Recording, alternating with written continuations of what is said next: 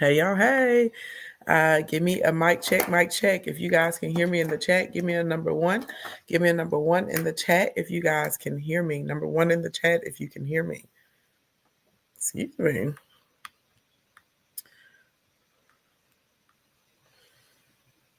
I see one. Okay, there's another one. There we go. Ooh, I hope I don't have a huge delay. Y'all, let me see what's going on with my delay. If y'all can give me the number three, please. The number three in the chat.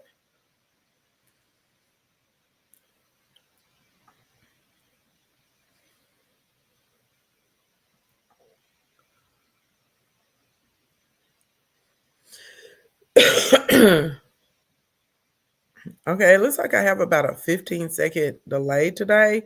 Hopefully that shortens up. I'm not really sure what that's about. Also, a little unusual. I may have to pause a few times today during training. Excuse me, I'm sure you guys can hear. I have a cough. My voice is not at full strength. I do have something trying to get me. I got some meds from the doctor. I did started taking them, but I may have to pause, here and there to go blow my little nose and carrying on. Okay. So I apologize in advance. All right. Okay, let's get into it. Everybody that is a VIP, you guys should have had your workbooks emailed to you. Go ahead and open those up if you already printed them off. Hooray, hooray for you because we are going to be using this.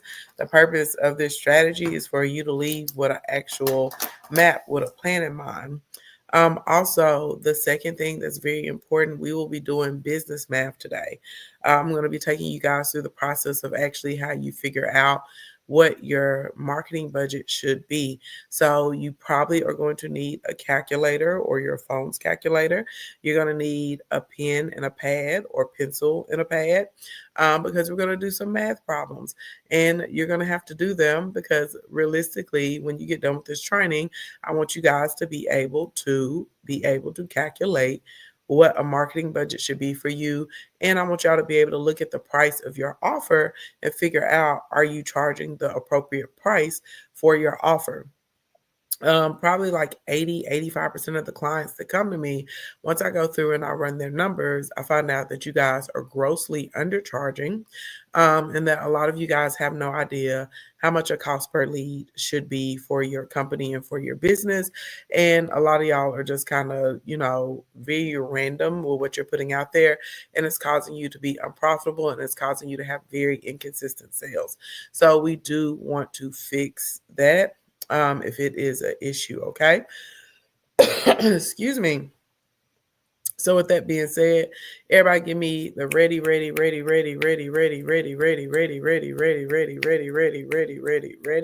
me see it roll through my comments and also give me the hey God hey so we can go ahead and get started today. I don't know if there's anyone in here. Is there anyone in here? It's your first time ever coming to a workshop training with me? Or do we have any first timers here? If it's your first time, let us know in the chat. You can put first in there. You put first in there. And to all my people across the pond, I appreciate you guys for waking up at I think it's like 2, 3 in the morning where you guys are. So I appreciate y'all. Or maybe midnight. I appreciate y'all for either staying up late or getting up early, okay? To be here and come to these trainings, all right?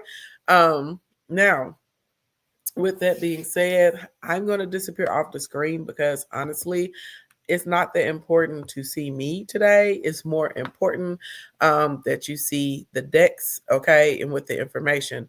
Also, we will do Q&A at the end of this, you guys. So if you have questions, you want to jot those down along the way as well, okay? Can everybody see my screen? It should say 7-day sales strategy, really pretty like green and gold with pink flowers on it. When y'all can see my screen, please let me know. Have to keep in mind we got this 15-second delay. It's humongous today. Not fun at all. All right. I just changed the slide. Do you guys see the slide change? Do you guys see the slide change? If you see the slide change, give me a number 1. Give me a number 1. That is me and my mama and my sister. For those of you that don't know, my mama is a super important part of my business. And a lot of what I learned about marketing and campaigns and being able to pull in your customers and proper follow-up, she actually taught me. My mama was a beast in these streets. She was nothing to be played with. She was a sweet woman, a thoughtful woman, a kind woman, a virtuous woman, a woman of integrity, a woman who loved her family. And my mama could run some ish, y'all. And I thank God that she was able to be with me and teach me a lot of things, so that I did not have to learn them through getting beat up or whipped up on in life. Okay, shout out to my mama bear, right? So what we're going to be covering today, we're going to talk about how we can make sales consistently. Is there anybody in here who does not have consistent sales? If you're in here and you don't have consistent sales, just say it's me. Okay, it's me. Also, if you're a person and your sales are stuck, you can give me the number 2. Some of you guys are consistent, but you've been stagnant for a while, and this training is going to help you guys with that as well. We're going to take you guys through the process of putting together a full plan for your actual business so you can reach your target audience. And yeah, that's gonna be that. Y'all gonna know how to do something when you get up out of here. Okay. I see mostly everybody saying that those sales are inconsistent. I see a couple of you guys saying that it's stagnant. Either way, you're in the right place. Okay. So, how do we make money consistently in social media land? We do this through list building. You guys, I need y'all to understand your list is going to be your biggest asset, online or offline. Your list is a compilation of people that actually care about what you are doing. They care about what you have to say. They care about your topics. They care about your products. They care about your services. This is how your business is going to grow. This is how your followers are going to grow. This is how your bank account is going to grow. Okay. Your list is super important. And every day we use social media to grow our list. Okay. List building is nothing more than the process of adding new subscribers to your mailing list or to your text list. And then those subscribers give you their information in exchange for you to communicate with them offline or outside of the app. Okay. This is how we start the process of building real relationships with the customer. Now, in order for us to be able to make money in these digital streets, you're going to need a lead magnet. Lead magnets are your free 99 offer. Your lead magnets always correlate with whatever the paid offer is. You're going to need a landing page. This gets confusing to people because there are multiple types of landing pages, okay? A landing page by definition is nothing more than when someone clicks a link, what's the page that they see, aka the page that they land on, okay? So we typically recommend a landing page software like Leadpages because you can create multiple types of landing pages. You're going to need an autoresponder. For a lot of you guys, this is going to come through your email. I like Kit for this. You're going to need a tripwire. A tripwire is a low ticket product or service, and it basically is to get someone hooked, right? We want to make it so low price that it's a no-brainer for someone to join it or be a part of it, okay?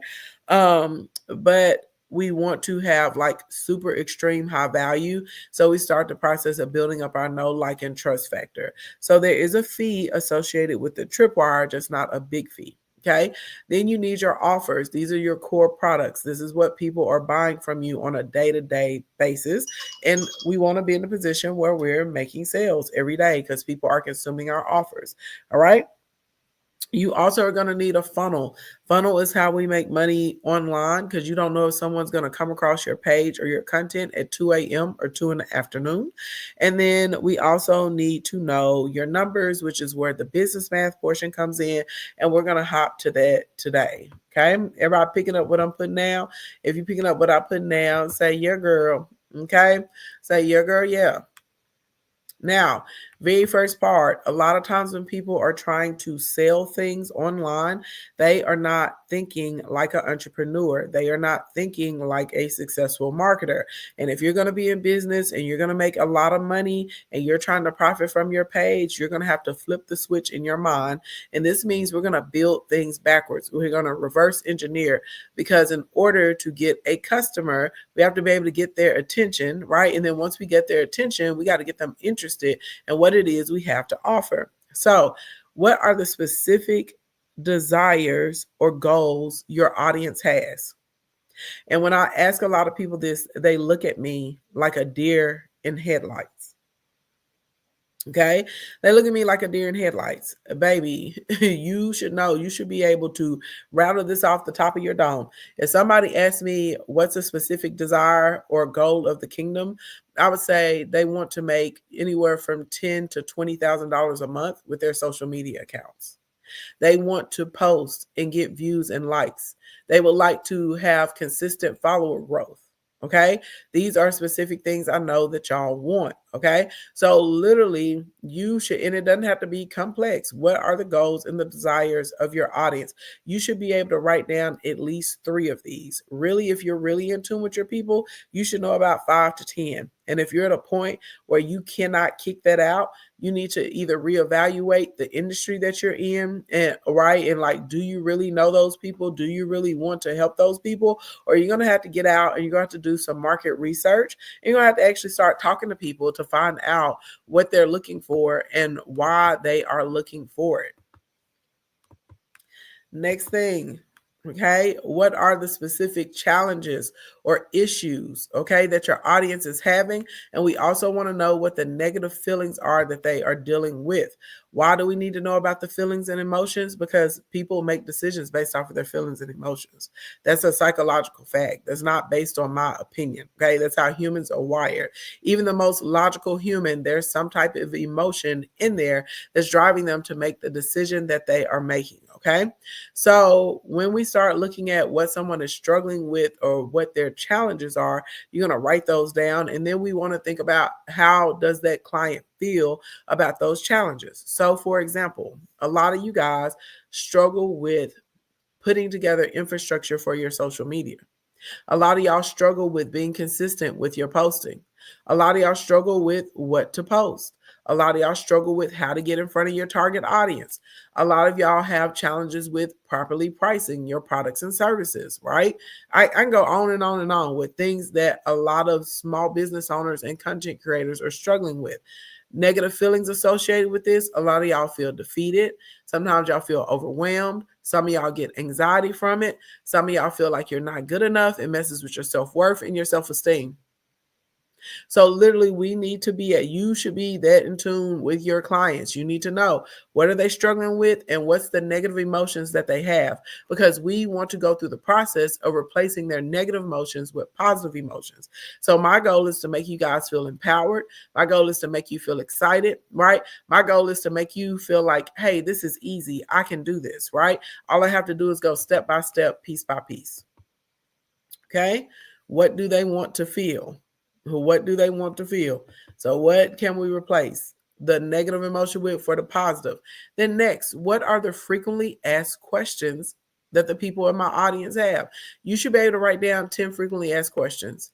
If you're like, Ashley Ann, I'm new, I don't know who my target audience is, you get on Reddit, you get on YouTube, you get on TikTok, you put in the subject that you're teaching about or your industry or your area, and you go and you look at questions. And more specifically, when you're in the comment section, you're looking for questions that have like a lot of likes or a lot of comment responses to them, because that means that is resonating for like hundreds of people or thousands of people. And you should be able to come up with 10 of those very, very easy. Okay. So let's take a pause right here, and I want you guys to take, I think, 10 minutes. You should be able to answer at least 2 or 3 things on each one of these pages for each of you guys that have your workbook. Okay. I want you to actually write it down. That's why there's big white space there. And you're going to take 10 minutes and you're going to fill in the blank. It's very important that you fill in the blank and don't just be like, oh, I'll figure it out later. Stop lying to yourself. You're not going to figure it out later, because if you were going to figure it out later, you would have did it by now. Some of y'all have been telling yourself for 3 years that you're going to figure it out later and ain't figured out squat. Okay. So you're going to take the time today. I'm going to set my timer for 10 minutes. My clock says 4:29. I'm going to round it up to 4:30. And at 4:40, I'm going to check back in with you guys. Okay. Yes. Do what Nisha P is saying and what the King Ashley Ann page is saying. Check your email for your workbook. If you are VIP, your workbook was emailed to you earlier today. Okay. Print it off, or you can type on top of it, whatever it is that you want to do. Okay, you guys, now y'all may have to remind me to get restarted, but y'all take 10 minutes, okay? 10 minutes. My clock says 4:30, 4:40, I'll be checking back in, okay? And I may do a random selection too, because sometimes y'all like to lie to me and say that y'all did it, but you didn't do it. Okay. So I may do a random selection and call out some of y'all so you can share with me I may ask you random questions about what you wrote down and you can share your answers with me. Let's go, y'all. Y'all got 10 minutes.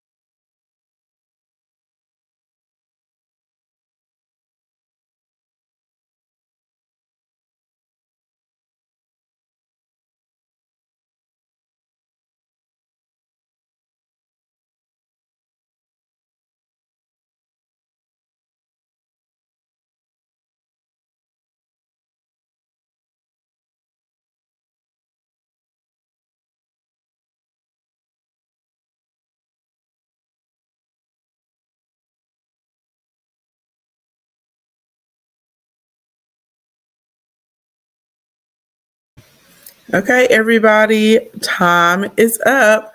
Do I have any volunteers? If I have a volunteer, just put me in the chat. And if you just put me in the chat if you're a volunteer. And I can send you a little link to pop backstage. And we do a little Q&A.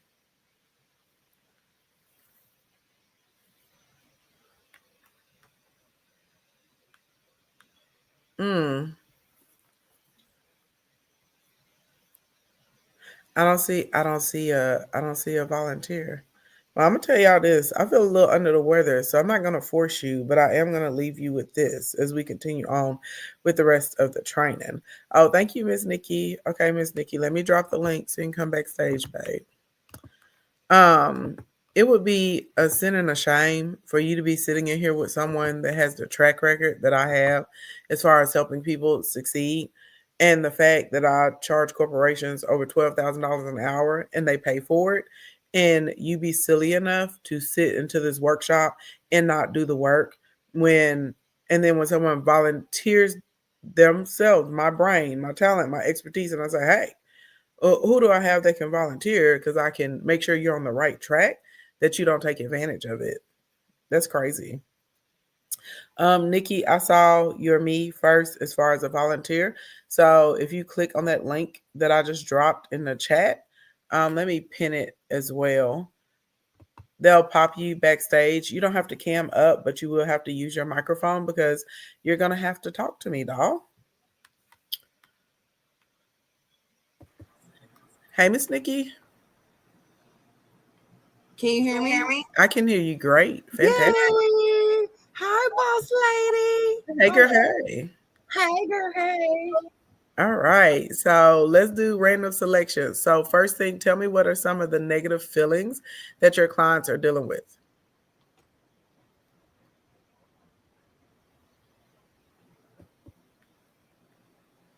They feel frustrated because they feel like they don't belong in a male dominated environment.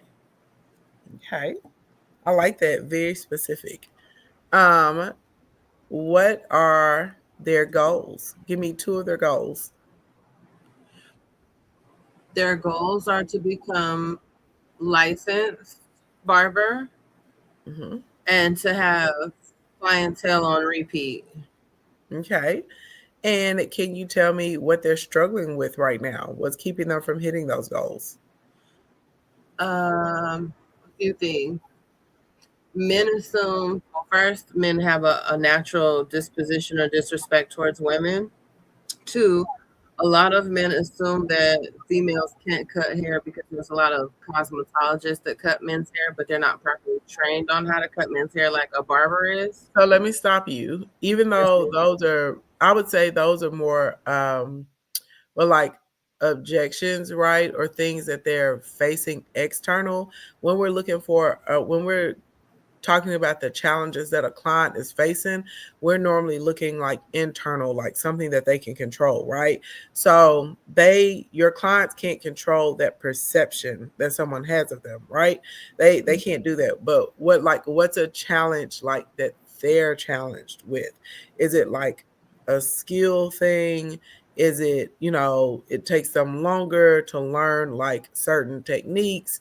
Is it they're having struggles with like the financing or keeping their mental tenacity together enough that they will complete the programs, right? And see, this is why we do this exercise, Okay. right? So not Really? to say that the challenges that you listed aren't legitimate, because they Mhm. are, but we as humans, we can't really control like a stigma or a stereotype, right? Or something that was put out there before we came in. When we're looking at challenges, we're looking at specific things that they may not be doing that they can do, or something that they should be doing, and they're not completing it for some reason, right? Does that make sense? Think Yes. about on the internal side. So give me two internal challenges. So then I would say more feeling confident in approaching men to advertise Hmm. as a female barber. And two, I would say feeling confident in being able to complete from consultation to the completion of the haircut, and like if there's an error, knowing how to fix it and still keeping the man happy when he leaves. So I would say confidence would be one, because we could put that across the board, right, in multiple different avenues. When you say an error, do you mean like they messed up the cut error? Like, what do you mean when you say error? Like, depending on what type of clippers you use, let's say some require you to keep your finger on the guard. The guard might pop off. The guard is there to keep a certain measurement of hair to be removed. If that guard pops off, that generally can take a patch out of that man's hair. So you have to be able to figure out how you're going to fix that and still keep that customer satisfied, even if their haircut ends up lower than what they requested, as long as you're able to fix it, because men have this mentality of it's just hair grows back. As long as you're able to fix the error, then they're not as hostile and upset, and they'll return. So I feel like there may be two different challenges in one. One, like being like, I feel like you have to know your craft pretty well to be able to think quick on your feet to fix an error like that, right? And that may just come through like experience or teaching someone, if this happens, then you do XYZ element P, right? The second part of that, there will be a challenge for them. It seems like a skills issue, right? Because someone who has experience or the skill, with the guard, they're probably not going to make an error like that where they're, cutting too low or taking a plug out of someone or not properly sanitizing, the back of the man's neck, or, you know what I'm saying? Like with spice balls, I've seen people overdo spice balls. That's for the men. So when you're right, so that one challenge that you gave is really two different challenges, right? We have a skills issue that they may be having a challenge with, and then you have the other component of being able to think quick enough on your feet to make the adjustment. Okay.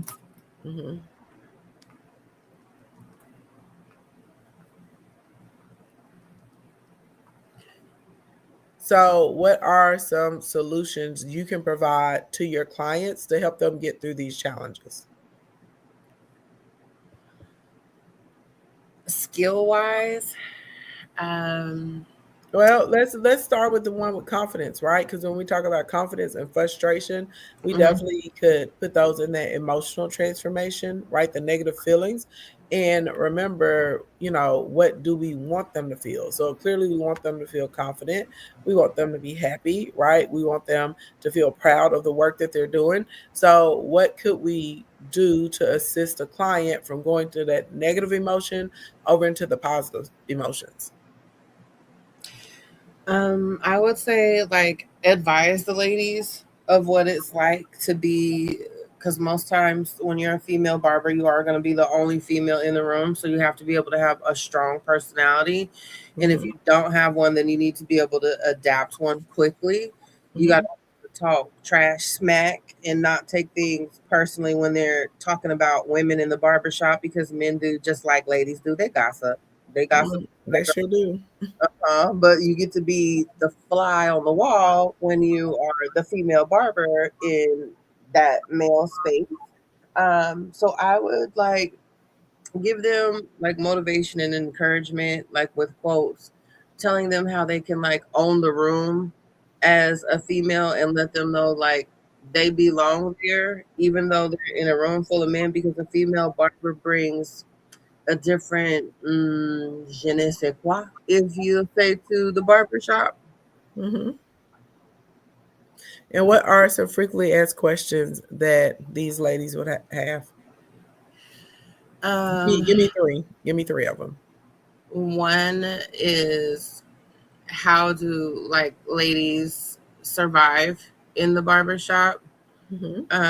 To how do they function in regards to the conversation, because depending on what type of lady you are, like background, if you're a classy lady, if you I don't want to say wretched, but if you come around where you're accustomed to people speaking direct and blunt and not sugarcoating shit for you, pardon my French, versus people putting a diaper on things, Mhm.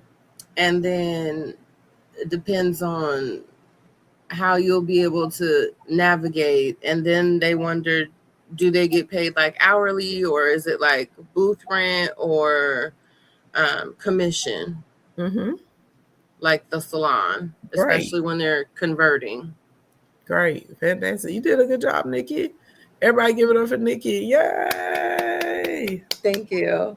Yay. Okay, don't leave yet. So let's Yes, move on ma'am. to the next portion.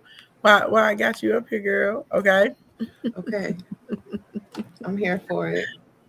So when we're looking at, okay, our clients, okay, and we're looking at what's happening right now, we got, like, we're in holiday season, right? We have Mhm. specific challenges that you listed out, we got specific goals, and we got some pressing issues. Basically, what is it that they need, and is there any way we could position this around upcoming events, right? So maybe if we want to say, it's a new year and it's time to book new clients, right? Because you said that one of the big concerns is having a client roster. So, is there any way we can look to see this is one of the big issues they have, and can we put this together with something that's coming up as far as like a holiday event, special day? There could be maybe like a big convention or something that happens in that industry, right? What can we think of as far as ways to be able to merge what we can offer with the client with the desire that they have, but putting it in a time-based format so that way it's communicated to the customer like now is a great time. I would say the best way, because the new year is approaching and we are at the end of the year with holidays, there's all types of like nonprofits and major corporations that have huge events at the end of the year, like Mhm, for the community. Sometimes they also have sponsorships for like certain sports students teams. mhm. um, so I would suggest them a way for them to get their name out there, because outside of being in the shop as a barber, you can make money in the outside world getting contracted, if you will. Um, I would tell them to like participate in events, basically do like a little bit of volunteer work, but where it matters, where they can be seen and recognized. And then for like the new year, I would tell them like between now and the new year, advertise as much as possible. And if they're new, then they need to be offering free haircuts to the client the first time. Okay. And then, so how are you going to turn this into something so it's lucrative for you? What's your package? What's your offer for them? I am creating a guide for whether if you are like a female and you just woke up one morning and said, I want to be a barber and I want to cut men's hair from start to finish, or if you are a cosmetologist and you're converting from cosmetology to barbering, a guide. And then I'm trying to figure out kind of like a one-on-one mini session just to be able to Let answer. me let me ask you in a different way because you're nowhere I'm near not the I understanding. won't know. Yeah, No. sorry. And I've asked two different times. When we look at you and your business, what can you offer? What type of campaign or promotion can you come up with around the new year that's going to get you clients for your guide or for your one-to-one? That's what I'm at. Mm, um, a campaign using Canva and ChatGPT to create the 30 days, or like not 30 days, because you always say that we need to be posting 3 to 5 times a day, 3 to 5 times a week, if not more, to be in the algorithm and draw the attention. So What do they got to do with your campaign right now? What if I was gonna sell y'all something, right? So I may say, hey, it's new year, it's time for you to get new customers. You need to come to my ads boot camp. We start January 15th. Oh, okay. Sorry, I'm hooked on phonics right now. Okay, so I would say like if you're interested in becoming a barber and not only surviving but thriving in a male dominated environment, then this guide is for you. Or if you're interested in converting from cosmetology to barbering, then this guide or this one-on-one is for you, so you know how to get No, in. no, No, still not. no. You're not tying it. There's no sense of urgency. We're not tying. What does the prompt say? It says we're supposed to be tying this in to a holiday or an event that's coming up. This is a part of how we sell. Part of y'all are not selling because people feel like they got all day to buy your stuff. They feel like it's going to be around forever and forever and forever and forever. Campaigns are meant to push people to buy because they are purchasing based on that promotional thing or that campaign that's there in place. You just out here talk, well, if you're a female barber and you want to make it, this guide is for you. Well, what's the sense of urgency? She may be like, oh, I'll come and get that guide 6 months from now. We want her to get the guide right now. So again, Christmas, what can you tie it into that would encourage someone to purchase quickly, expeditiously? don't wait until Christmas to get this guide that's going to give you step-by-step guidance to get you to become a barber by the new year. No, No, no. I'm going to have to work on that. Drastically. Yes, ma'am. We got. We, I'm glad I volunteered because it's let me know I ain't nowhere near done because I have these little ebooks I already created, but you just told me I need to go back in the timeout corner in the kitchen and rework it. yeah, we need to rework it, y'all. This is for everybody. When you're running a campaign, we're typically running it up against something that's coming: 4th of July, Mother's Day, Black Friday, Christmas time, the new year, your business anniversary. There's a reason for why we're running that particular promo, and you have to keep that in mind, right? Because we want to incentivize someone to purchase. Make sense? Yes, ma'am. But you did a good job. So just put that over there, baby. We got to think about it. We got to work on it. And anytime y'all get ready to run a campaign, this is why typically campaigns have themes. You're going to be thinking about what is coming up and that I can use for a reason to push clients to go ahead and take advantage of my offer. Make sense to everybody? Yes, And ma'am. good job, Nikki. Good job. I'm gonna let you be Thank free now. We're you. gonna move on. Awesome. Okay, thank you. You're welcome. All right, y'all.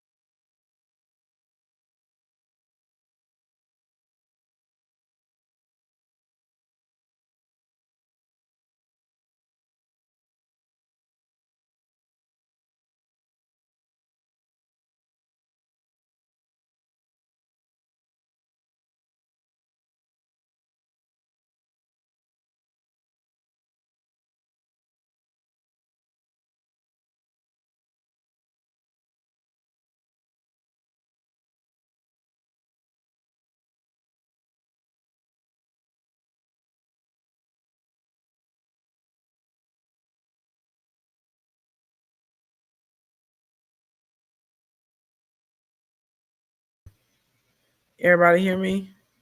Check one, check two. Can y'all hear me? All right. So step one is going to be product or service creation. Okay. So this really doesn't matter if you have a physical product, a digital product, service, traditional, does not matter, y'all. Okay. Everybody needs to go through these few steps. So step number one is you need to recognize that there are three price ranges, low, mid, and high, and you're going to figure out which price range does your offer fit in. Okay. We also want to look at um, a quick a quick solution for the client. We want to solve a simple problem, right? Now, this gets into your message clarity. Nobody likes it nobody likes it whenever it's a convoluted message. This is why a lot of you guys are not getting the clients and getting the sales, because people are really kind of unsure of what you're offering or what you're telling them to do. All right. We also want to make sure that there's a quick creation of pleasure. So this is where in the questions I was saying, like, hey, what's a negative emotion that your clients feel, and how can we exchange that for something positive? That's going to be the quick pleasure creation. It gives your clients typically a dopamine hit, and it makes them feel good. And when people feel good, they want to keep coming back. All right. And we also want to make sure we're speaking directly to the consumer. When you try and sell to everyone, you sell to no one. Please remember that. Okay. You getting out here and trying to sell, you getting out here and trying to sell to everybody, baby, is not is not the move. And what it will result in for you is you will find yourself in a position where you're not making any sales at all. Why? Because no one feels that you're speaking directly to them. It is okay to sit down and say, I want to target these particular types of customers, right? So for example, I sat down and I said, I want to target people that need help making sales. I want to target people that have inconsistent sales. I want to target people that are struggling to get new customers and repeat and return customers. So, all of my series over the next quarter are going to be about helping people make sales. Before we got into sales, what was I doing? I was targeting people in the kingdom that wanted help with getting more followers. Okay. So, always keep in mind the specific type of person that you are trying to reach. That's how we're going to make money. Okay. So when we get into the offer, you need to figure out, do you have a low cost, mid cost, or high level offer? Okay. Low cost normally is going to range from $1 up to $297. These typically are going to build trust very quickly with clients because they spent a little, but they got a lot of value.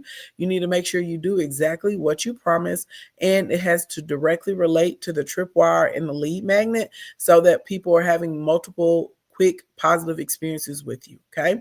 Mid-cost products are going to range anywhere from $298 up to $1,500.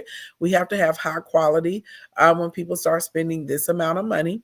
You also want to consider payment plans. So this is where you want to have stuff set up like Sezzle, Afterpay, Klarna, PayPal Credit, Shop Pay, just multiple ways for people to be able to people need to be able to access your offer. Okay. You also want to make sure this yields high rewards or high returns. And this does not have to have a tripwire that goes with it. It just needs to be congruent with your actual industry, the offer, or the area of interest. Okay. When we get to a high level offer, this is $1,500 and up. It has to be high quality. You definitely need to make sure that you have payment plans if you want to have consistent sales. These are typically limited. So you're not going to, for instance, if someone wants to work with me in Instacoin Academy, I can't have 1,000 of you guys in there at a time. There's no way. We wouldn't be able to have effective Q&A sessions. I wouldn't be able to review your work. We're starting ads training in January. We'll be doing part 2. We started ads training in June, and we'll go into part 2 of ads training in January. There's no way if I had, 900 students in there at a time that we could effectively get through the ads training. Okay. So typically when it's a higher level, it it requires more interaction, or it may require more customization for a client. So those are going to be limited. Typically, your past or your current buyers are going to be the first people to get the high ticket because they have a high level of trust with you. And then they normally, again, are going to require some type of interaction on your behalf or the company's behalf. Okay. So if you're going through, first thing first, what's your offer? Okay. First question, what is your offer? Who is it for? And how are they going to benefit from the offer? Excuse me. Who wants to volunteer? I need a new volunteer. Can I get a lovely assistant? If you want to volunteer, give me the me in the chat. First person I see the me from, I want to have you come backstage and we're going to walk through this section together.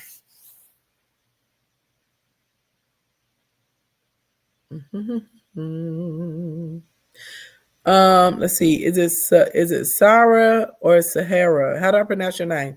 I see the Shantae on the end. Let me drop the link for you, Honey Pop, so you can come on backstage. I'm gonna drop it in the chat.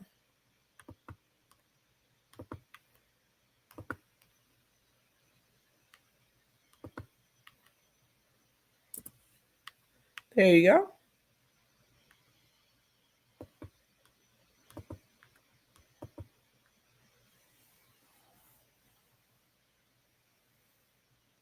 Is it Shira, Shantae? Tell me how to pronounce your name, girl. Hey, doll. Yes, it's Shira. Or you can call me Shantae. It doesn't matter. Shira, Shantae. That's cute. That's pretty. I like it. Hi. Hi. So first thing first, what's your price range? You have low ticket, mid ticket, or high ticket? I'm going to say it's a low ticket. Okay. And what is your offer? It's a group coaching program. Okay. Who is it for? It's for women. I haven't really decided, but it's like for women with varying problems regarding their marriage. Well, I'm going to tell you this. You already made a mistake, and it's not just you. Lots of people do this. When I ask you what your offer, you were very vague. You were like, it's a group coaching program. So if I'm out here and I'm listening and I may want to hire you, I may need the help, right?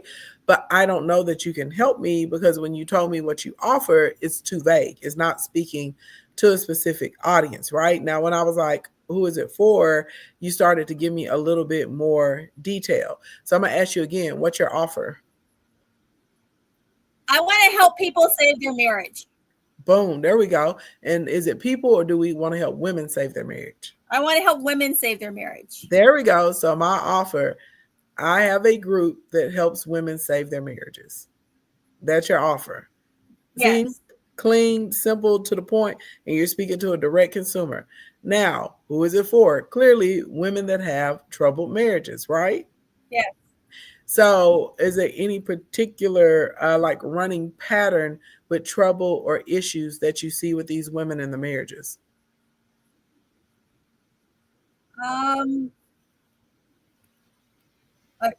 Well, infidelity or adultery seems to be a big issue. Okay.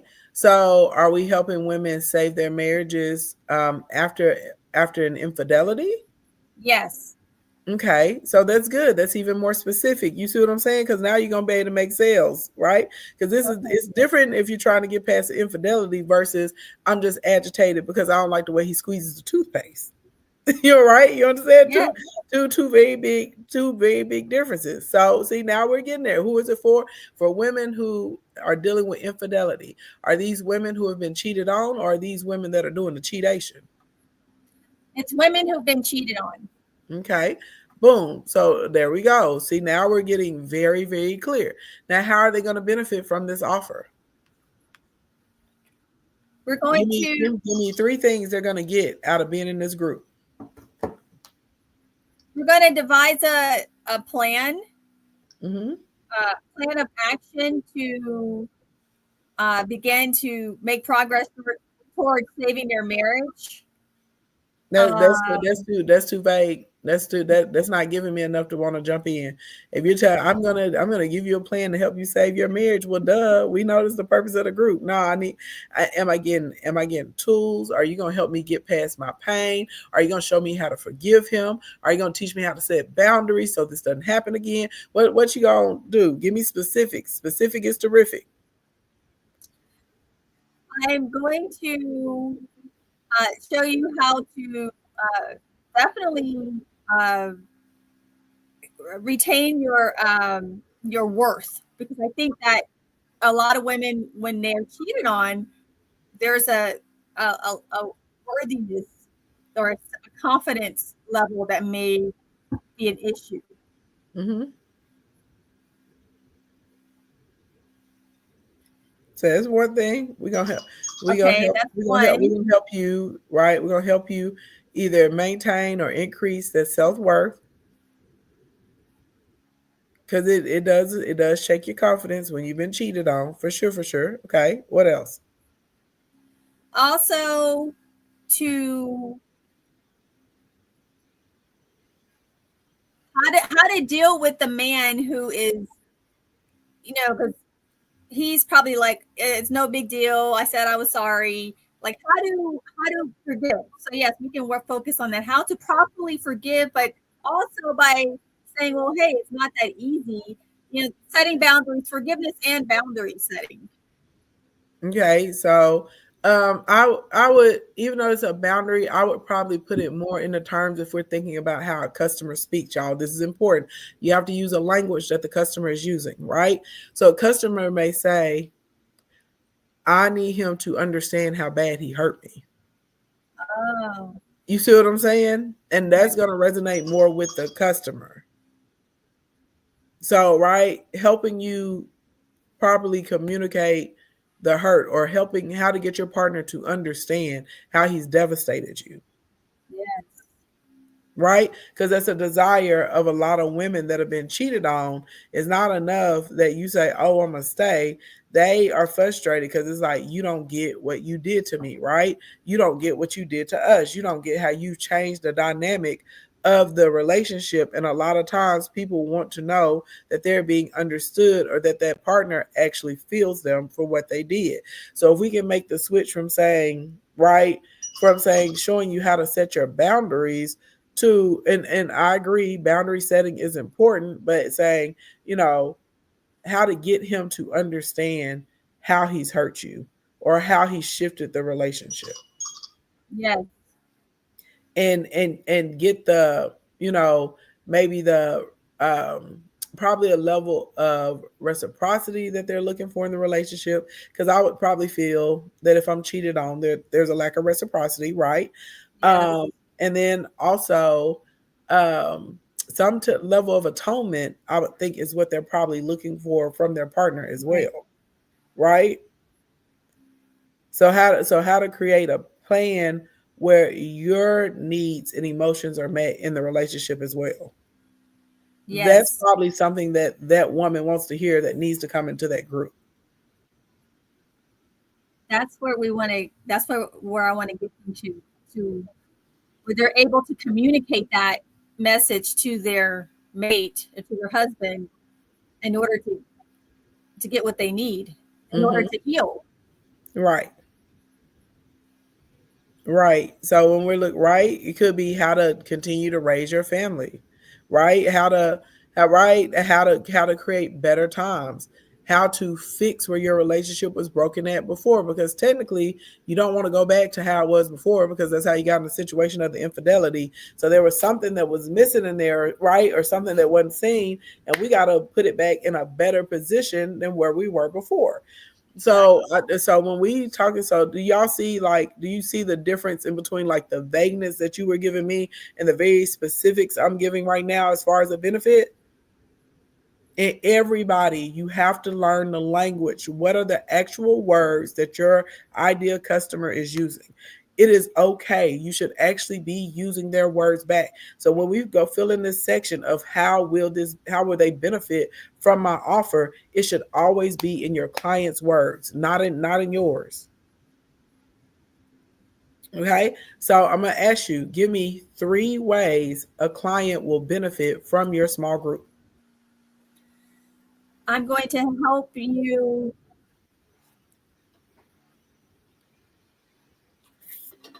overcome, or no, okay. I'm going to help you understand, help you communicate with your husband to understand how he hurt you so that you Okay. can feel that you're, it's kind of hard. So what if we what if we made it a little, because remember we want to keep it simple because we don't want Okay. people to have to think too hard about Right. the messaging, right? We want to be clear, we want to be simple. So what if we said something like, help him understand How he hurt you. help him understand your emotions, or help him understand the devastation he has caused you. Oh, that's good. Yes. Because it's devastating when someone cheats on you, especially if Yes. you've been faithful and you giving them your all and they betray you in that manner. It is devastating. And I think that a man or a woman, anyone that's really loved someone and that partner has stepped out on them, I think everyone can agree that devastation is a real feeling that they experience. Yes. Okay, so that's Yes. one. Give me 2 more. Help them to forgive. Mm-hmm.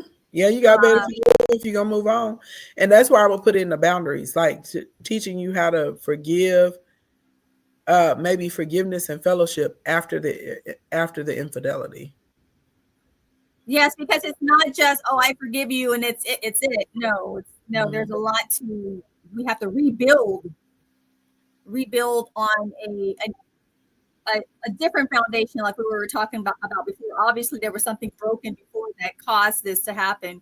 So he has to be open to rebuilding and giving her the time she needs to heal. Mm-hmm. So that's a part of that section. Okay, and what's a good third one that you think like would a woman that's in this position would see it and say, yes, I absolutely need that? Okay. How to restore the love they once had. I like that. Because that's ultimately, if you're considering staying, you want to get past that. You want to get it fixed. You want to be back. You want your marriage to be restored. You're very, very good. Thank you. So what is your offer and who is it for? My offer is for women. Wait, let me start over. My offer is to women how to save your marriage for women. No, that's you. not the offer. What's the offer? Oh. How to save your marriage for women? It's a bunch of reasons that people could need a marriage saved outside of infidelity. Nope. What? Remember, specific is terrific. Oh, are the offer the 3 reasons? Nope. The 3 reasons are what will go on your page. Like if you're running an ad or you had a landing page that somebody went to with the copy, that this is for you if you fall into this category. What's the offer? If we were in a networking room and there was 100 people and they had everybody stand up on the microphone and say, this is what I do, this is my offer, what would you say? You do what? I want to offer you an opportunity to save your marriage. This is a 90-day group coaching program. Too long. Nope. Short and sweet. Think about a hook for social media. You got 2.5 seconds to get somebody's attention. Save your marriage in 90 days. Nope. Stop skating around it. You help women save their marriage after infidelity. Say it. Put it out there. Heal the devastation caused by infidelity in 90 days. You ain't got to put the 90-day thing on there yet. You literally could just stand up and say, hey, my name is Shira, and I help women save their marriages after an infidelity? I help women rebuild their marriages after infidelity. Yes. I help women rebuild their marriages after infidelity. There you go. Simple, straight, to the point. And if you're a woman in that category, she gonna slide up on you. Okay, she may not come publicly, wouldn't be shamed about that type of stuff. But on the background, okay, you probably get some emails and some calls and some DMs and some people whispering like, "Hey, girl, I think I need your help," right? Yes. Mm-hmm. So DMing would probably be the best strategy. Yeah, I would probably tell people to DM me because publicly they probably would not want to put that out there. Yeah. Yeah, I would definitely tell people to DM me a keyword for sure. Okay, so what's the price of this group? I think I'm thinking $297. I don't. Okay, and what enhancements could we offer? Because you always have to have an upsell, a cross sell, a down sell, an order bump, an after sale. A workbook? So if $290, a workbook?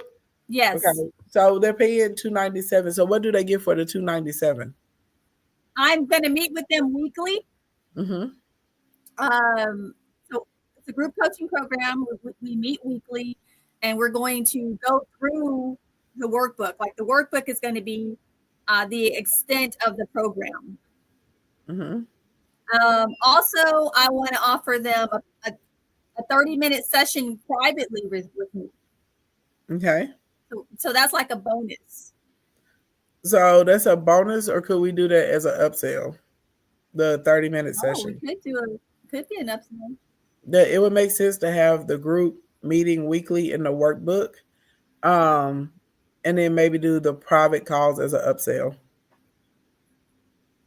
I also could offer maybe like I have an ebook I did some time ago called "Keep Your Man."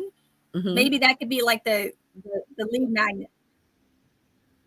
I would probably do that as more of a tripwire. I would probably keep my lead magnet something super simple like 10 things to consider after an infidelity, or the first 10 things you should do if you plan to rebuild your marriage after an infidelity, or something like that. I would probably keep that like super simple, and then like how to keep your man or something, or how to keep the infidelity from happening again, something like that. I would probably actually make like a tripwire. Okay, that helps. And if people see your offer and they don't want to join your group, what would be the downsell? That could be the Keep Your Man book or ebook. Mm-hmm. Yep. Very good. Yay. Now, will you add? I can tie that in with maybe Valentine's Day coming up. You could, but I don't know if you want to be like, it's Valentine's Day and your man cheated on you. I know you feel like poo. I don't know if you want to add. Yeah, that's right. I may do kind of like, maybe it's a new year, maybe new energy or rebirth or getting things put back on track. Maybe something like that. Are we gonna have any special discounts?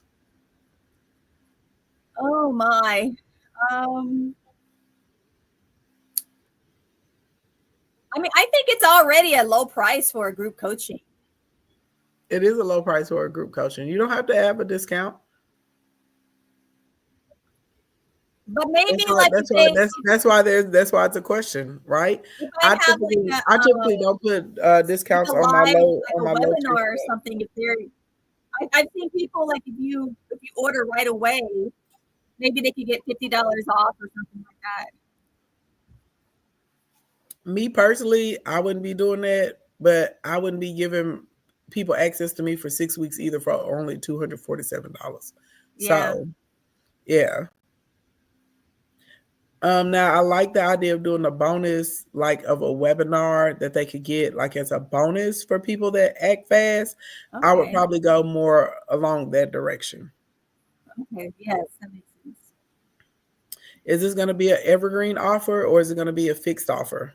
And evergreen means it's the same offer forever and forever and forever, or is this fixed? It's $297 if you purchase it by December 31st or by January 15th. Oh, yeah, I think it should be probably by a time limit, and maybe it'll go up if it's not purchased by that time limit. Mm-hmm. So that would be a fixed offer. So you would write fixed offer in that blank. Okay.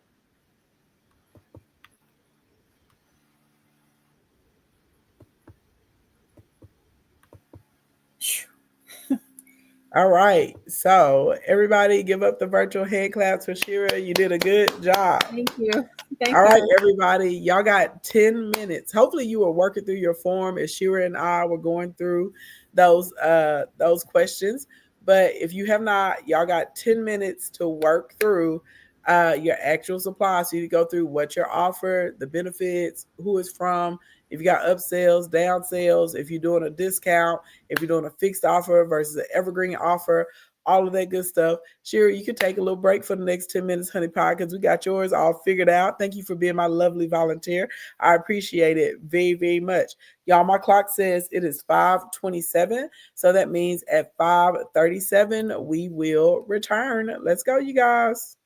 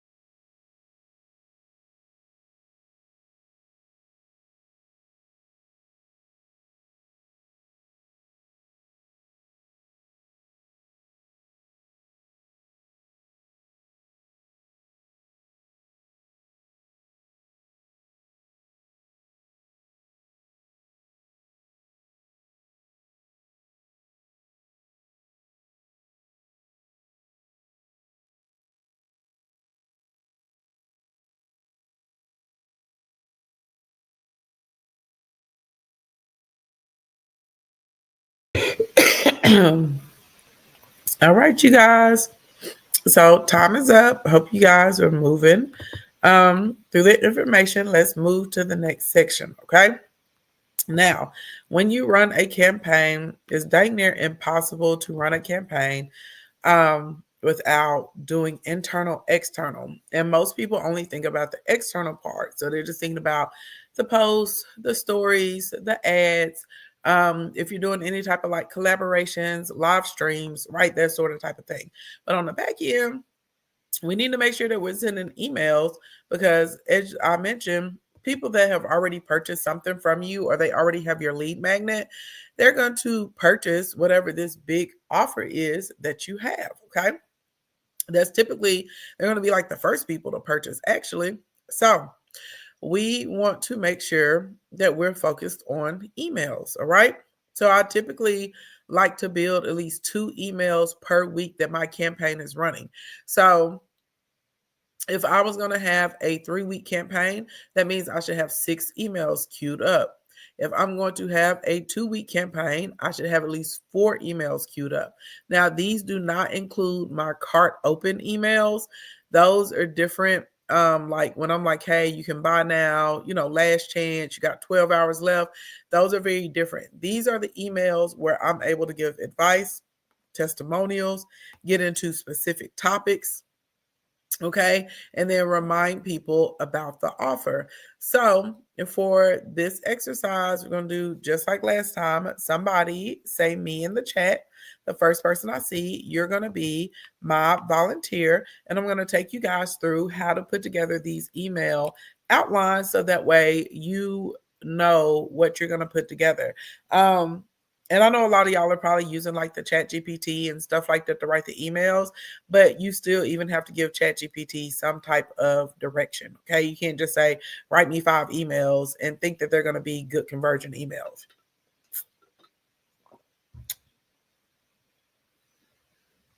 I keep forgetting we got this 15-second delay. So I'm just waiting for my me in the chat so I can have a lovely volunteer and we can go through the email portion.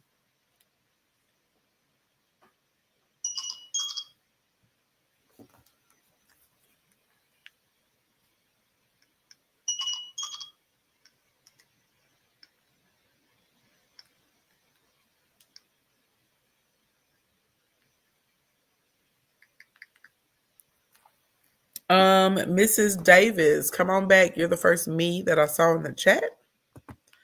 Let me get you the little link. There it is. Thank you, Nisha, for dropping the link. Click that link to come on backstage, Mrs. Davis, or Miss Davis, I'm sorry.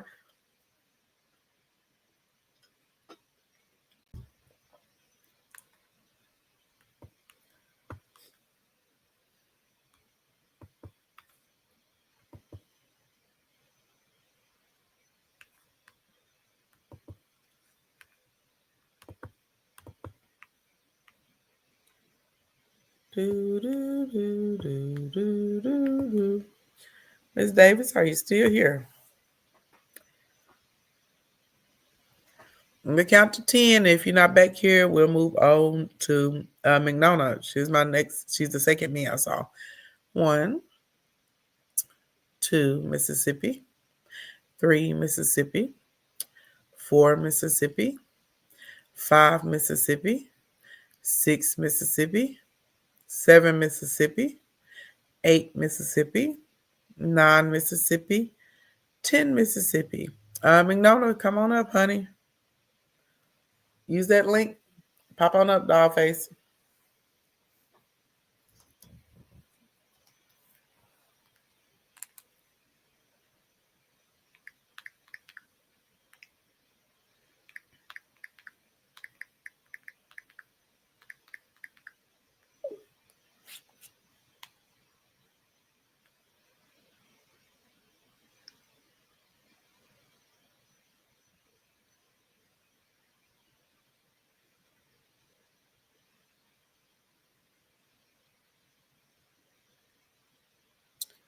Go in once. Go in twice. 3 times. I'm going to count to 10 again. 1, Mississippi. 2, Mississippi. 3, Mississippi. for Mississippi. Oh, I see she popped back. That's how you entered the studio. Hey, how you doing? Good. How are you? I'm doing okay. Besides being a little congested, but Listen, but I'm I'm making it. I'm getting over it too. There's something going around. Oh, geez. Okay. So, before we can start this email outline, tell me what your offer is and who it's for. Okay. So, and I took notes. So I hope I get this part right. My offer is I have a Facebook group for small business owners who are Mhm. just starting out and needing to understand the tax code. Okay. And it's for single member LLC business owners. Okay. And give me at least 3 problems that they struggle with. They struggle with not understanding quarterly estimated tax payments. Mm-hmm. They also struggle with how to pay themselves. Mm-hmm. And then they also struggle with bookkeeping, Mm-hmm. understanding their expenses. Mm-hmm. Okay. So what's going to be our offer? I know you have the Facebook group, but like what's the name of it? So the name is Faith Tax Solutions SBG, which stands for Mhm. Small Business Group. Okay. Let's make my little notes in case I forget. Okay. Okay. And then how much is it? And the group, I am working on that pricing because at first I was not charging. Oh Um, no. yeah, so I've revamped the Okay. group, but looking for entry level, I was thinking because I do go live once a week in there, Mm-hmm. and my consultations for 1 hour is $2.99. Mm-hmm. So I was going to do 97 a month. I feel like that's a fair price for a business owner to be getting the type of information that you're giving. Absolutely. It's a Okay. deal. Yeah, because they're not going to be able to hire a bookkeeper or a tax preparer or an enrolled agent or a tax compliance specialist at that rate. That's not going to happen. Right. So at all. So I think that's a great price. For Okay. sure, for sure. Okay. My next question to you. What do they think their issue is? What do they think their problems are? Because we want to start building our emails around that. Yes. So their issue, and I'm just going off of past conversations, is they don't understand where their money is going. Mm-hmm. And so ultimately, at the end of the year, when it's time to file taxes, it's the home alone phase. I made that much money. Where'd it go? Mm-hmm. So Because they're not keeping it's up with expenses and they probably don't even understand their cash flow and their sales cycle. So got it. exactly. Okay. So what do you think with that thing of they're like they don't know where their money went? What's a good subject line for email number 1? So, and this was probably kind of my dual line, but I did use in the email before. Stop tipping my sugar daddy, which is your Uncle Sam. I feel like they got to think too hard about that. Okay. Well, if we just keep it simple Oh, and say something, where did your money go, or where did my money oh, go? where did my money go? Mm-hmm. And Okay. then our topic would be you're paying Uncle Sam too much, or you're paying too much in taxes. Right. You're paying too much in taxes And then because we they may would. just right. Then from there, I probably would say, if you realize like maybe there's 15 reasons that small business owners pay too much in taxes, I may say that hey, there are about 15 reasons that most small business owners pay too much in taxes. Today, I want to discuss blank, and you're going to give them the one. Okay. And just Because work my way down from the 15. Yep, because that's an easy setup for a series. Because Just like that. right. And so I started out December 1 doing 25 days of Taxmas this month. Mm-hmm. And so on Tickety Top. and that's just generally going live. But now I'm converting back over to the Facebook group and revamping. So I want to give more of that convoluted information there. Okay, but I don't care about that. I care about the emails right now. Okay. That's what we care about. Yes. We ain't talking about the Facebook group right now. We talking about the emails, right? Because your emails Yes. are going to go to people that have signed up on your list to get your lead magnet. They'll go to people that are customers. They'll go to people that are potential customers. So we got to be able to convert them. That's a totally different stream than the people that are in the group. Does that make sense? So right now we need to be focused on the email. So if that first one is why you're paying Uncle Sam too much, and we're going to give the first reason, which it could be expenses or categorization. It could be, them not paying themselves properly. It's a multitude of reasons. We know, you know what I mean, from working with small business owners as to how they end up in this predicament, right? And that may be the first thing we get in, like, how'd you end up in this predicament? And it could be cash flow, and what is cash flow, and understanding cash flow, and how a lot of small business owners feel like if they have the money to pay for an upcoming expense at that moment, they don't realize that they may have actually been taking an L. Right. Because they're covering the expense with what they made from the business and what they're getting from their 9 to 5. Right. And that was one thing that I was working in the email far as with the merchants, because a lot of business owners are using the external merchants pay now, pay later.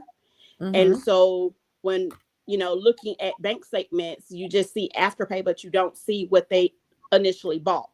And so a lot of the conversations are, I don't know what it was, but I used it. So, right. Okay. So then maybe our next, in that email, you would say, like, tomorrow I'm going to email you, or in a couple of days, I'm going to email you with what you can do to fix this. And you can give them some simple tools or some steps or something that they can use, right? That's going to assist them in being able to keep up with what they're spending the money on. And how maybe they need a notebook and they need to jot it down, and every time they write, but you're going to give them some tools. Yes, I do have an expense tracker, like a Google expense tracker that I can drop into as a link in the email. So that's a good thing that we can put in there. And then we also, what we want to do, we want to tell them about the group and that they need to sign up. Okay. And that will be at the bottom so can I ask you this question? No, I want you to answer. No, you need to answer what I'm asking you right now. I need you to focus. Yes. Okay.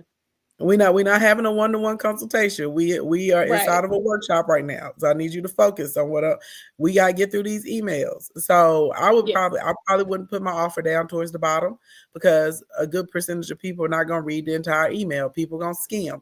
So I would put it kind of higher up, maybe like upper midway, right? I may do that.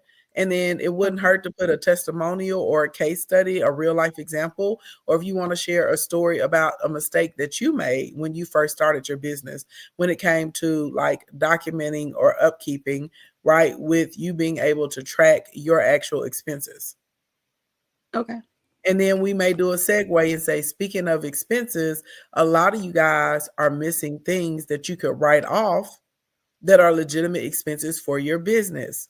I'll email you on Monday or Tuesday or whatever, right? With that information.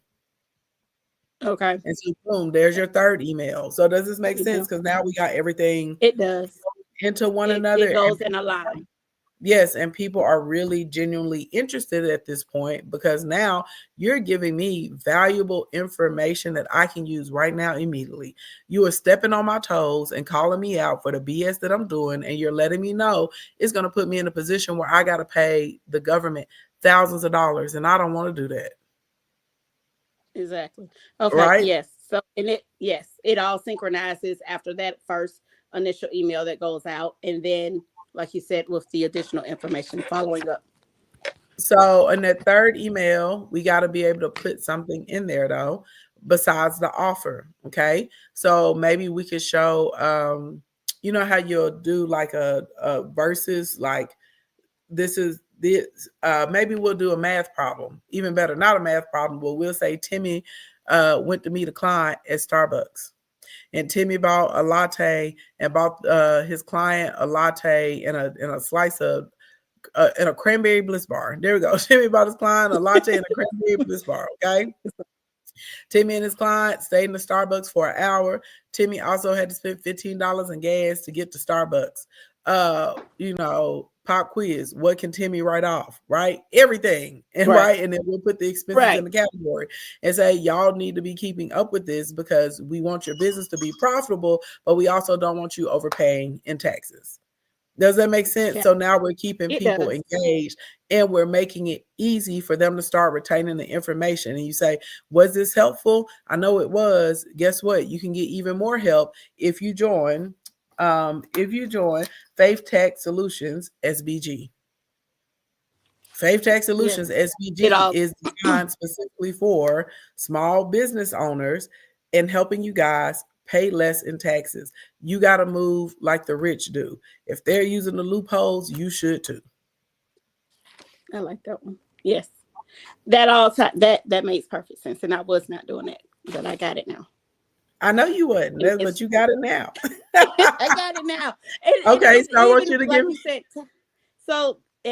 Because we're doing, you said the 6 set emails would be because we were doing a 3-week campaign. And so the remaining emails are going to follow up from. Right. So I want you to give me an example of what email number 4 could be. The subject line, and direct.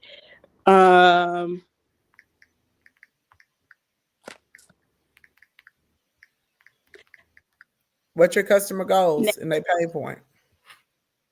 Now that you know where your money is going, let's make it still goes back into bookkeeping and making sure that they're understanding. They don't care about bookkeeping yet. They're not in there. Okay. They're not getting the education. They ain't getting no modules. They don't care about bookkeeping yet. You're going from a professional standpoint. For instance, I know a lot of y'all got infrastructure problems and you got issues with your customer valuation optimization, and a ton of y'all got issues with education, right? You don't want to get into a mentorship program. It's like 85 things y'all don't know, right? And literally, you don't acknowledge that yet. Your customers are not to the point where they're acknowledging bookkeeping.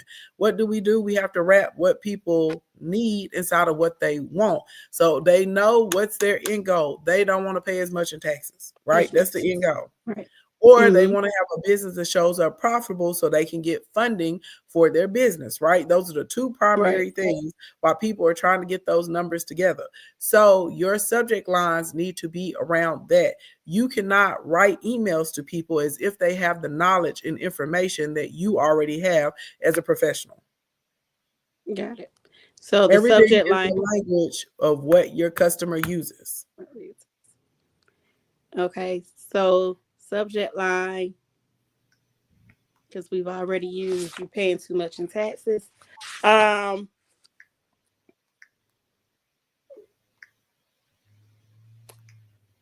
want to say let's get you funding ready, right? Okay. Because they initially want to get money.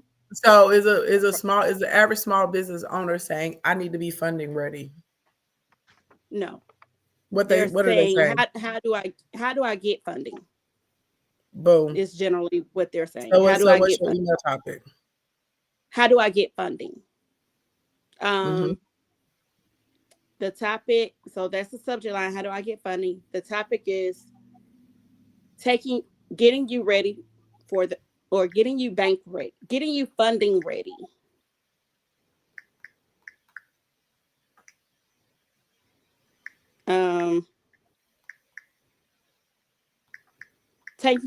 Taking your business to the bank. I don't know. I'm stuck. I suck at this part. Well, girl, you better think about it. And if you don't want to think about it, you better book a session and hire me and we'll write them for you. Yes. So the topic would be then when your clients talk to you, what do they say? What words do they use?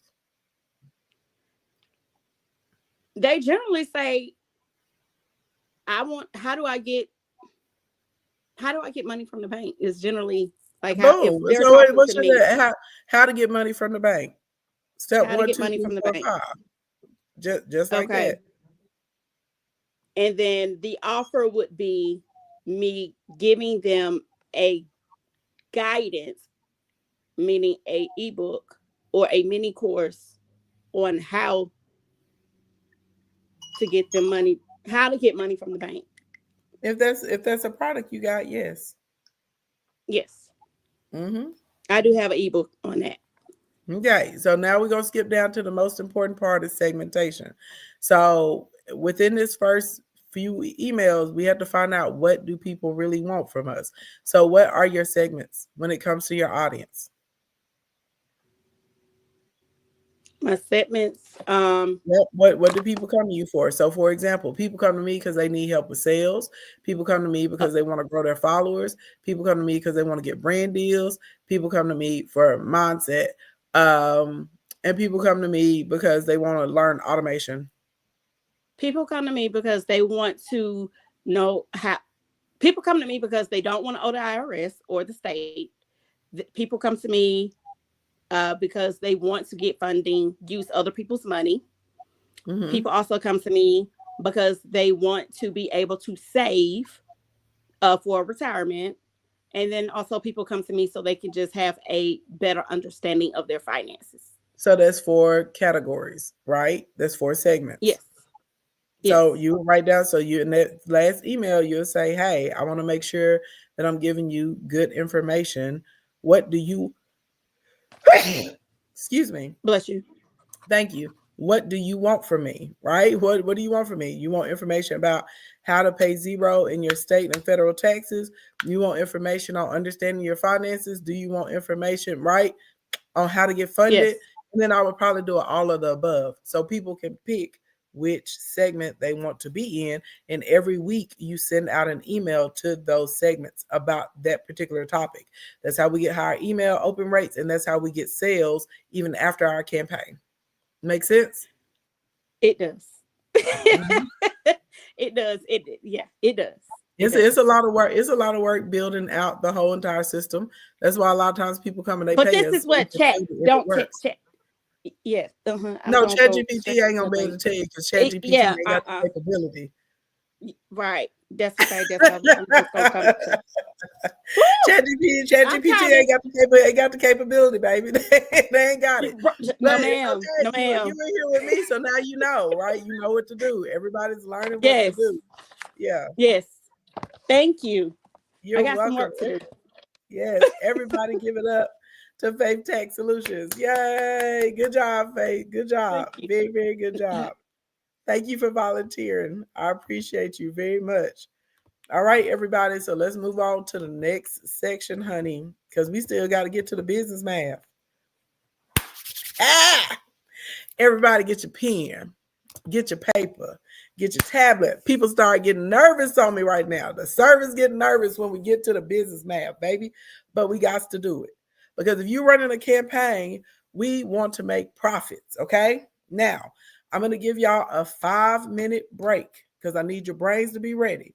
If you need a snack, if you need water, if you need to go to the bathroom, if you need to go and yell out the door to tell the kids to stop yelling, okay?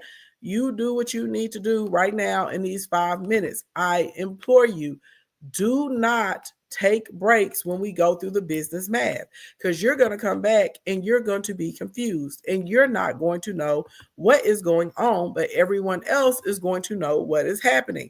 And you cannot miss any of these steps. Is everybody picking up what I put down? If you miss these steps, you're going to be so confused. So I'm giving everybody a 5-minute bathroom break right now. If you do whatever you need to do, if you need to call somebody, you need to go heat up some tea, you need to get a snack, you need a charger, okay, you need to go cut somebody out, whatever you got to do right now, take your 5 minutes and go do it and come on back and we're going to get to the business math, all right? Everybody, 1, 2, 3, break. My clock says 6:02. It could be 6:02 in some seconds. So we'll reconvene at 6. Okay, just rolled over to 6:03. So we'll reconvene at 6:08. Okay.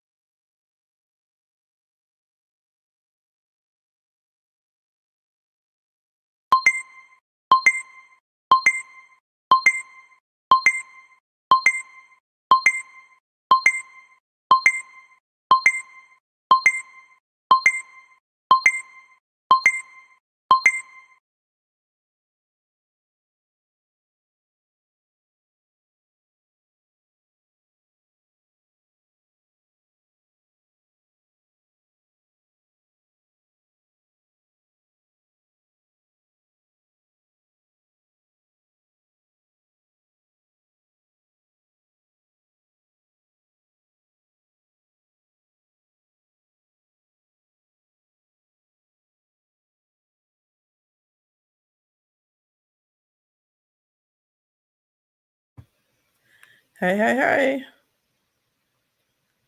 All right, everybody. I need 3 volunteers. Okay. I need 3 volunteers. You do need your calculator.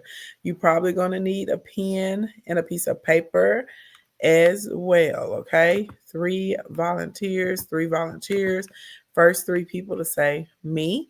Y'all come on up because we're finna do some business math, baby, because y'all got to get into being able to do these marketing plans. I'm very excited. This is one of my favorite parts of this particular training. Okay. It's one of my favorite parts of this particular training. And y'all know the drill. If you want to volunteer, say me, and I get you pulled on up. And you don't have to cam up, but we do have to have your voice. Okay, we do need your voice. Miss Davis said me. You'll try again. Okay, Miss Davis, come on up. Excuse me. Ooh, the sneezes. Jeez. We got 1 volunteer. Are there 2 more? Do we have 2 more volunteers? Thank you for the bless. It worked, Miss Davis. I can see you backstage this time, honey pie.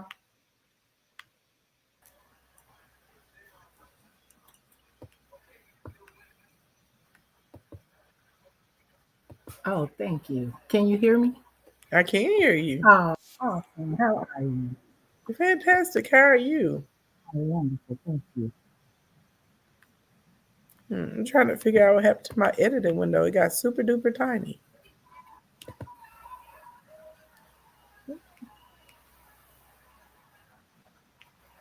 All right. We need 2 more volunteers, y'all. Don't take all day.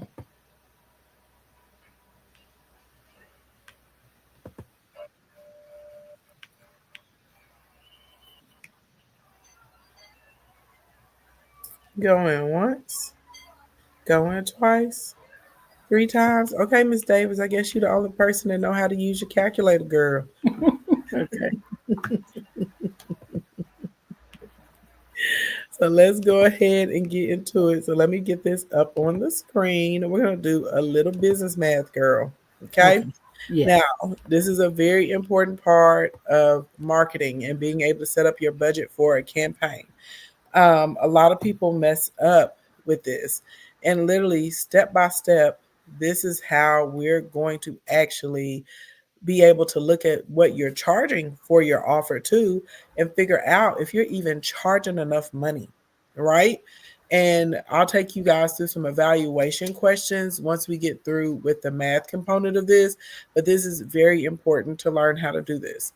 So first we're going to start with the marketing budget, okay? And there's a few steps, and I don't want you to compute anything yet. We're just going to go through the initial steps, okay? So first part of your marketing budget is you need to figure out what your cost per lead is. Cost per lead is not the same as an acquisition cost, aka the cost per customer. The leads are how much is it costing us to actually get people that are legitimately interested in our offer, okay? A lead is different than a customer. Got it? Yes. Okay. Your step 2 is we have to figure out the conversion rate. So the conversion rate is when do we actually get a customer. So if we're looking at those leads, let's just say for the sake of math, we had 10 leads. Okay. And out of 10 leads, 2 of them became customers. That would mean we have a 20% conversion rate. Okay. And let me be clear to let everybody know this, a 20% conversion rate is ridiculously crazy high. Okay. Most people conversion rates are going to be somewhere in between 1% and 3%. Excuse me. If you know your audience really, really, really, really, really well, when we're selling to a hot audience, you may get between 7 and 12%. Okay. The industry standard is normally somewhere around 1 and 1.5%. So realistically, if you had 10 leads and 1 turned into a customer, that's 10%, and you're doing spectacular. Okay, I Yes. just I need people to understand it because sometimes people come in, they'll say, "Well, I'm getting a lot of traffic to my website, but no one's buying." And I'll say, "Well, how many, cause how much traffic have you had?" And they'll say 50 people, and I'm like, "No, baby, like you need like 250 to 500 people to get one customer, right?" And so, unless it's hot traffic, that's a different conversation. All right. Your third step: how many leads do we need? This is going to help us figure out our actual budget because we'll be able to figure out how many leads do we need, and we'll be able to use the conversion rate to figure out how many of those leads are going to turn into customers. So we will know how much money we need to spend to get those customers. Okay. And then step number 4 is actually going to be multiplying a couple of numbers, the cost per lead and your desired leads, so we can get the actual marketing budget. Okay. This is one of the easiest ways to compute a marketing budget is through these 4 steps. So we're going to start with step 1, and I'm going to give you an example. Okay. Okay. So we're going to pretend that, excuse me, we're going to pretend that we ran a campaign a few months ago. Okay. And when we ran this campaign a few months ago, we spent $500. Okay. Okay. And we ended up getting 76 leads. Okay. I need you to tell me what my cost per lead is. So you're going to take the amount you spent on marketing, which in this example is $500. And I Yes. told you that you generated 76 leads. Yes. Okay. Yes. So tell me what my cost per lead will be. Would it be $6.57? Correct. You're correct. $6.57 is correct. Correct. Okay. Okay. Next, we got to get to step 2, which is we got to figure out the conversion rate. So let's say for our example, out of these 76 leads, we ended up getting 16 customers. Okay. So we Okay. had 76 leads, but 16 people actually purchased from us. Okay. What would be my conversion rate? Okay. Your conversion rate is going to be how many customers you actually had divided by the leads generated. Okay. And that would be 21%. Yes. I have 0.21. Okay. Uh-huh. Now, if is 21% industry standard? I don't think you said it was. It's not. It's above average. So if you had Yes, ma'am. 21%, it means we probably ran an internal campaign, okay? Or we Okay. may have been at like a live in-person event. People buy more at in-person stuff too, all right? Okay. Now, we're going to go to step 3. Okay. We got to figure out how many leads do we need, okay? And Okay. so you do that by your desired customers. So you tell me, how many customers do you want? Do we want to get 100 customers during this campaign? Or you want more, you want less? Let's do 100. You want to do 100? Okay. Yes. So we want 100 customers. So you're going to take your desired customers and you're going to divide it by that conversion rate. Okay. Okay. So how many leads is that? How many leads do we have to get 100 customers? I need to have 476 leads in order to get 100 customers. Yes. All right. So step 4, last part. Let's say our cost, you're going to take your cost per lead. Okay. And you're going to multiply it by the desired leads so we can figure out our marketing budget. Okay. That's $657. That's what, $6.57 is the cost per lead. Yes. Okay. 100 customers. Times how many customers? 100. No. No. We got to get desired leads, not the customers. Because remember, you got to get the leads to get a customer. So to get the budget, we got to do the math by the leads. So your cost per lead multiplied by desired leads. Okay. So we're still talking about the 76 leads, right? No, you got, remember, 476 476 leads. Step 3. How many leads did you need to get? We came up with 476. In Oh, order to my get 100 bad. customers, Got you got you. to get 476 I leads. got you. Yes. Mhm. And then you say 6.57 times 476. Yep. Okay, which is $3,127.32. Okay. Now let's just say for fun, Okay. my product costs $50 that I'm selling. It's a digital Okay. product. It's $50. Okay. So if my product is $50 and that's 100 customers, what's my revenue?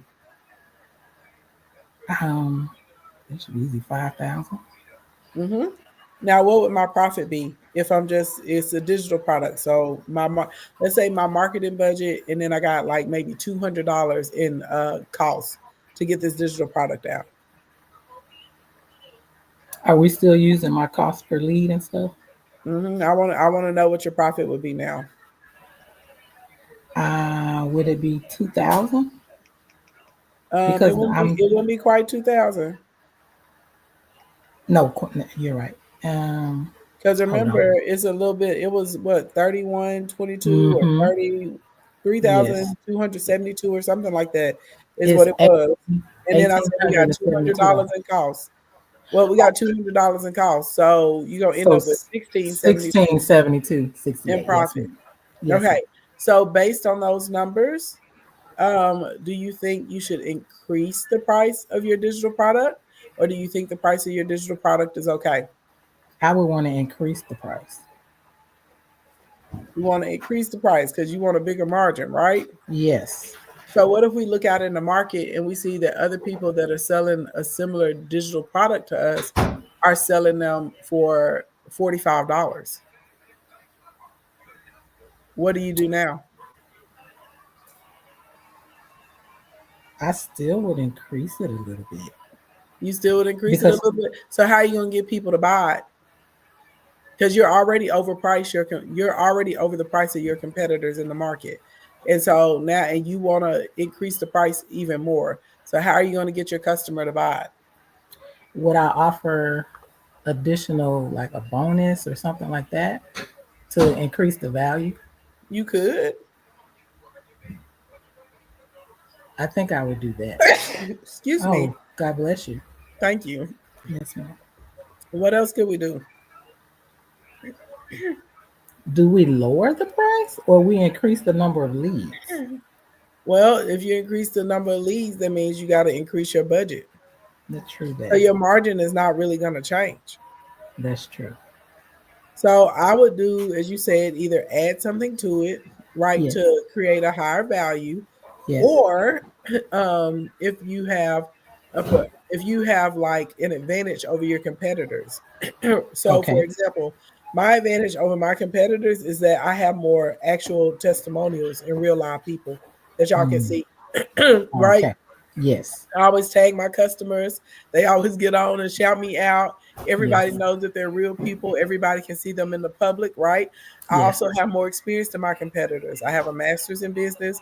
I have 20 years of actually running businesses. I've built 5 multi-million-dollar companies. I've helped 191 people hit 6 figures, and I have a doctorate degree and a bachelor's in finance. Yes. So I'm running circles around these chumps, right? So Yes. I'm the top of the top, the creme de la creme. So I can charge a little bit more based on my resume and based on my portfolio. Yes, ma'am. So that's when we start looking at perceived value, right? And is this a Mhm. luxury good or service compared to mid-range or compared to superior or inferior, right? So there's Yes. multiple things you could do. You're correct, and the price should be increased, right? So what do we do to sweeten the pot so that a customer feels more comfortable paying more for your stuff than someone else's? Yes. Okay, so let's do Yes. another problem. Okay, Okay. Yes. all right. So on this problem, okay, in this example, we're going to say that you had $100 marketing budget in the past. Okay. It generated 6 leads for you. Okay. You ended up getting 2 customers. Okay. You ended up getting 2 customers, and your goal is to get 10 customers this time. Okay. So I want you to tell me what your marketing budget should be. And I want you to go ahead and every step, like step one, I want you to do the math. Like, I want you to tell me I want you to talk through it. Say, my cost per lead is blank, and tell me how you got that number. Then go to step two. My conversion rate is blank, and tell me how you're getting that number. Okay. Um, okay, so my cost per lead is my cost per lead is $16.66. That's correct. I did 1667 just because I ran Okay, at the end, but that's correct. okay. Hmm. And then my conversion rate, 66. Okay, it is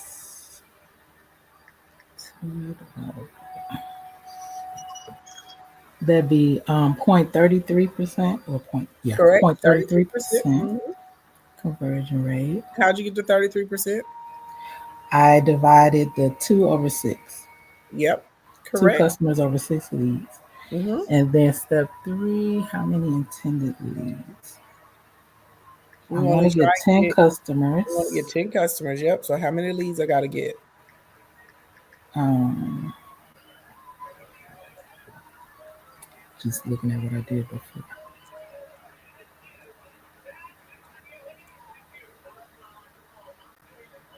Oh, 10 times.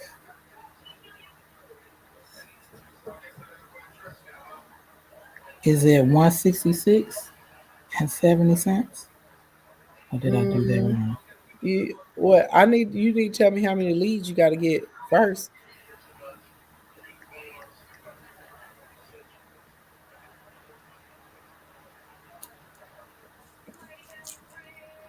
Trying to remember how I did that. It's on the screen. Go to step three. What does it say your math is supposed to be? How many leads desired, which is 10, divided by the conversion. Okay, I think I multiplied. Conversion rate, which is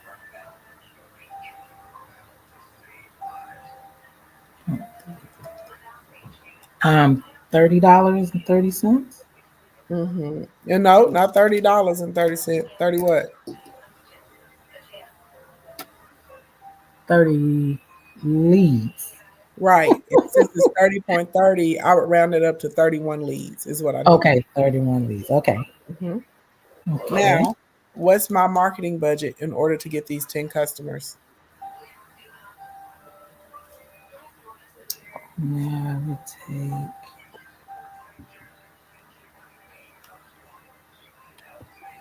oh marketing budget cost per lead times desired leads, which is 1667 times 31. Is it $516.77? That is correct. 516 and 77 cents is how much it costs. Now, let's say for fun that this product that you're selling is $197. Okay. Tell me what my revenue is. Bucks. Um,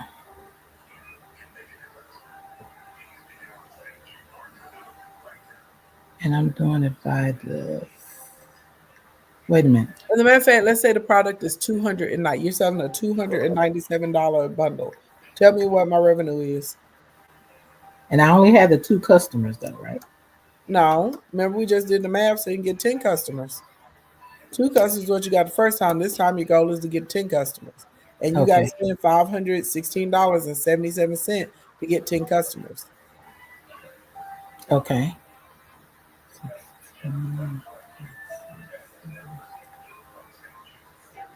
And revenue to get 10 people. Okay, hold on.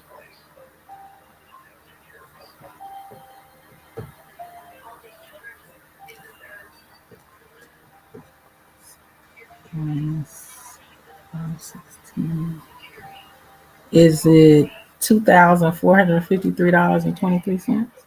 That would be your profit. I asked you what your revenue is. Revenue is the amount of money you bring in. Profit is your money minus your expenses. So your revenue would be 10 times 297, which would be Mm-hmm. $2,970. That's your Yes. revenue. That's your revenue. Oh, I'm You gave sorry. me profit. I asked I for your upgraded revenue. your profit. Yes, ma'am. Mm-hmm. Okay. Okay, let's try another one because I know you can do the math as far as the steps. Yes. I see that you're struggling though with what each of the numbers mean, and you have to be able to interpret what the numbers mean so you can make the right decisions, right? Yes, ma'am. So let's do another one, okay? So Okay. for this example, let's say that last time you spent $250 on marketing and it Yes. garnered you 43 leads. And out of those 43 leads, 8 of those people became customers. Okay. The product you were selling is $997. Okay. Um, and this time you want to get 24 customers. Okay. So you had a $250 marketing budget last time. We got you 43 leads. Out of those 43 leads, 8 became customers. They purchased for $997. And this time you want to get 24 customers. Okay. And I want you to go through again, step by step. Give me what stage it is and the number, and then we'll get down to the end. Okay. Mm-hmm.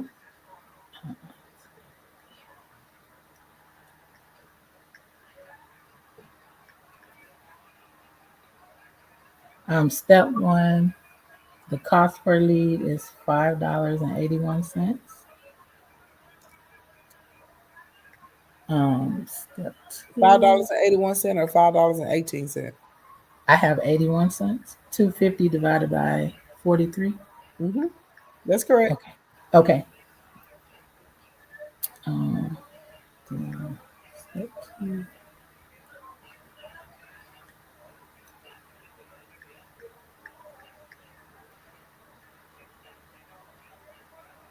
Okay. I have. Okay, I don't know if I'm doing this part right again.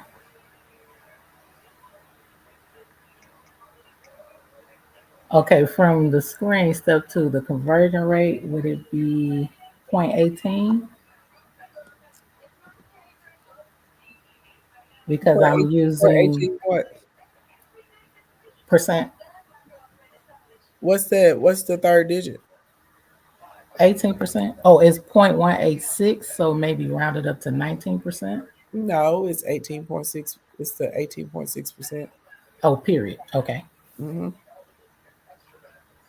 Okay. And step three, leads. How many leads we need? 20 divided by 129 Okay. leads. Okay. What's our next step? And then our marketing budget is the cost per lead times the what 129 leads, which is 749 and 49 cents. 749.49 is what? That's the marketing budget I would need to Okay. spend. Yes, that is our marketing budget. Now, remember, you got 24 customers and they spent $997 each. How much money did you just make? I made $23,928 That's your revenue. How much did you make? minus Profit. minus the 749. I made $23,178.51. Are those some good numbers? Yes, ma'am. Hell yeah. Yes, ma'am. And you gonna run it, again, right? Yes, ma'am. Yes. Good job. You did Okay. very, very good. Okay. Very, Thank you for the very, very, opportunity. very I good. appreciate that. You're welcome. You're welcome. We got a little bit more business math now. So Okay. now we know like what our revenue goals are, right? So we're gonna take our last example. Okay. What did I say? I told you 24 was the customer count we wanted.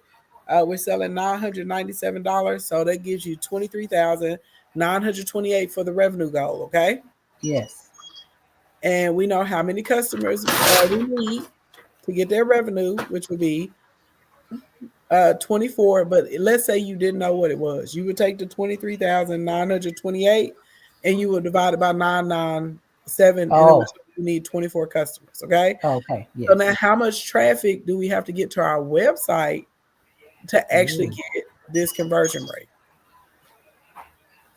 So my customer goal is 24. Yes.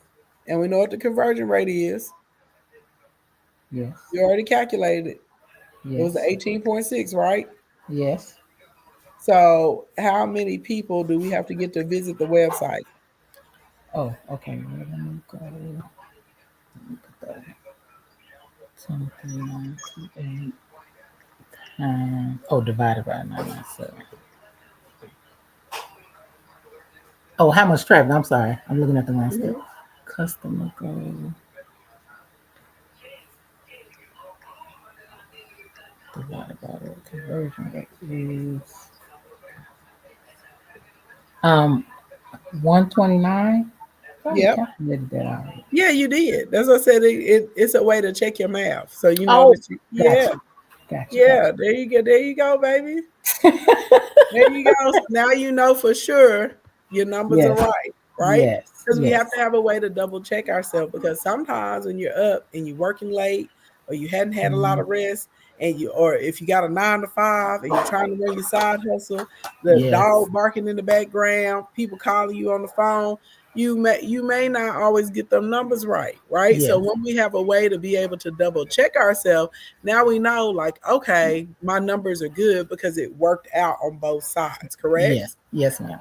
Yeah, that's really the only purpose for that, because everything we need as far as page traffic, we already figured it out by the lead side. Okay. Yes. So now let's say we're gonna run some ads. We got to figure out what my max ad spend is.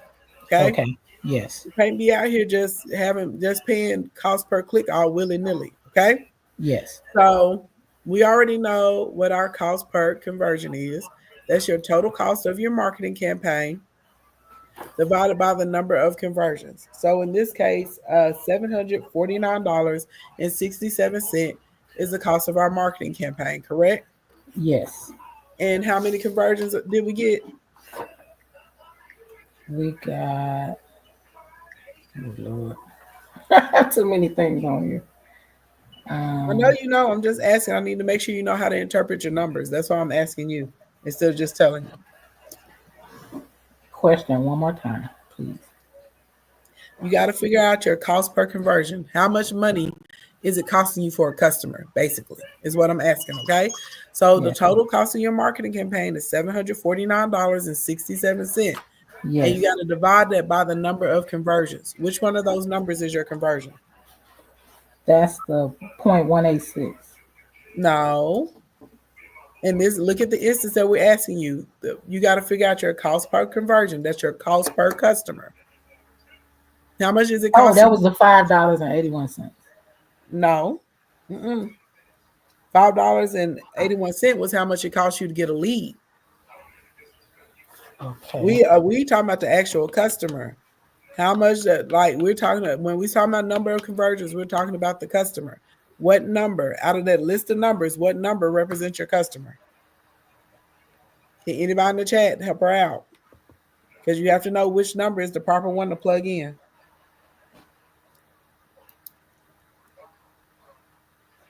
And it's not, oh no. I said it the same way. You got to tell me. Somebody got to tell me. This is what I mean by, like, it's one thing to be able to take numbers and just plug them into the formulas. You have to know what each of those numbers represents. So if I'm looking for how much money did it cost me to make a sale, what number represents my sales? The revenue number? No, revenue is the total. We conversions. That's how many people purchase. What number in those list of numbers represent the amount of purchases?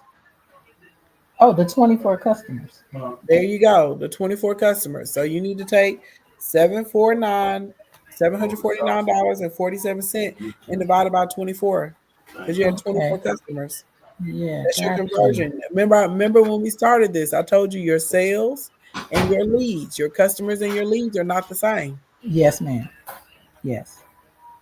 Okay, and I get $31.22. Right. So that means it costs you $31.24 to acquire a customer.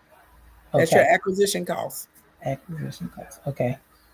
So now we got to figure out what our maximum cost per click is, because when you run an ad on TikTok, Meta, YouTube, there's a CPC, a cost per click. Every time somebody clicks, it costs you money. And if your cost per click is too high, that means your ad campaign is failing. You're losing money. You're not going to be profitable. Okay. Okay. So to figure out our cost per click, we got to get the cost per conversion. Okay. And Okay. multiply it by your conversion rate. So what's our cost per conversion?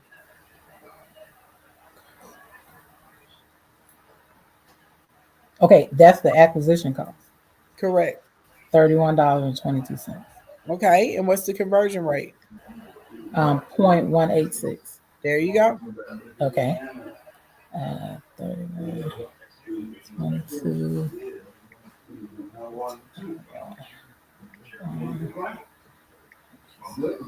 $5.80. 581 is what it should be. 81. Okay. So what does that mean? Can you tell me what that means? That means I shouldn't go over $5.81 per click. Correct. That's exactly what that means. So if you go look in your ads manager and it said it costs you 11 cents a click, you're doing That's great. too high. No, that's good. That's under. If you go You in said your $11? yeah, I said 11 cents. Oh, 11 cents. I'm sorry. I said if it's 11 cents, that's good. If Yeah, you go and look in there and it costs you $5.93 per click, what that mean? that's too high. That means you're losing money. That's right. Yes. So now we got to figure out what's the maximum we can spend on ads. Okay. So we got our desired conversion divided by the conversion rate times your max CPC. Okay. So what number is your desired conversion?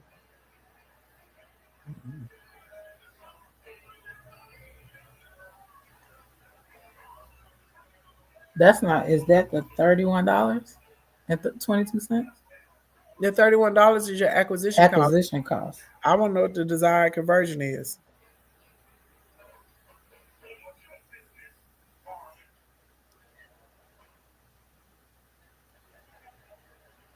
I'm gonna be honest and say I'm not sure. What's your desired sales? The 23,928? No. No. How many customers are you trying to get? 24. I'm So trying what's to your get 24 what's your desired conversion? You technically already worked this number out in one of the other steps. If you take your 24 and divide it by your conversion rate, it's going to tell you got to get 129 leads. Oh, okay, I have that. Yeah, Okay, that's what I said, y'all. Like you have to, and it's not just you because your classmates ain't even tapping in the chat. You got to understand what the actual numbers mean. All of y'all can take the numbers and put them into the formula and get the number. But what good is the number if you don't know what the number is telling you? Yes, ma'am. So if you take 129 and you multiply by $5.81, what's the number? It is $749.49, which is my marketing budget. Right. So that means the most you can spend on your ads is $750. So if you're doing $750 right on your front end, you're doing $750 on this side. That's gonna basically give us $1,500 together, and you still are making over $21,000 in profit. Right. Wow.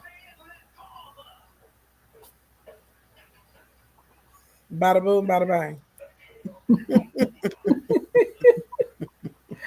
Okay. Boom. Okay, this is why I told all y'all to go to the bathroom.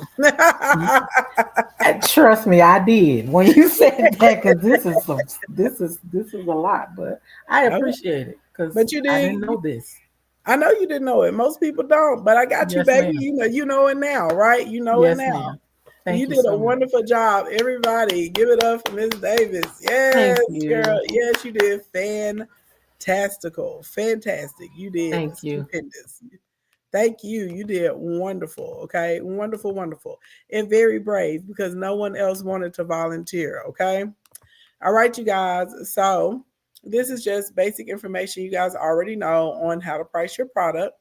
And what these steps are, the rest of this for everybody that's VIP, this is how we actually go through the process of building out your test audiences, who we want to target, setting up what pages are they following on social media, what influencers do they follow, can you advertise on these accounts, because you know now that you have a maximum budget of $1,500 to market with, right? So you can look and say, oh, I want to advertise on these 3 accounts or these 10 accounts. Okay, this is literally the process of building. Those are pages that I promote on. This is how we go through the timeline content. I put all of this together for you guys to be able to work through when you're setting up your video content. I got all of this mapped out. So all y'all have to do is fill in the blank. Okay, in circle. Here's a whole posting cycle for y'all that I put together. So everybody that's VIP, you have all of this information inside of your workbook. Here's all of the email content where you can write out your emails. Remember, we talked about sending out 2 emails per week earlier today when we went through the outlines. Here's a pre-lunch email for you guys sequence, so that way you have that. And here's your example outlines, so you guys have that as well, so you have something to follow, okay? That's the email that's for your current base of subscribers. You guys can just type that in and use that. And then we have space for you to write your own emails. If you are using the DM or the inboxes on social media, which I highly encourage, here's a script for you guys that's inside of your workbook as well. Here are all of your sales tips where you guys can write your answers. And then if you're going to be doing very aggressive promo, which is what I recommend, is what I do, this is your basic strategy, okay? So you're going to run your ads on influencer pages, at least 2 to 3 influencer pages for 3 to 5 days out the week, okay? This is the ad headline. This is the description that you can use. And then here's the instructions for you to create the post to put on that influencer page, okay? There's your description. All you have to do is follow that, and bada boom, bada bang. So I want to know, did you guys learn something new today? If you learned something new today, give me a number 1 in the chat if you learned something new today.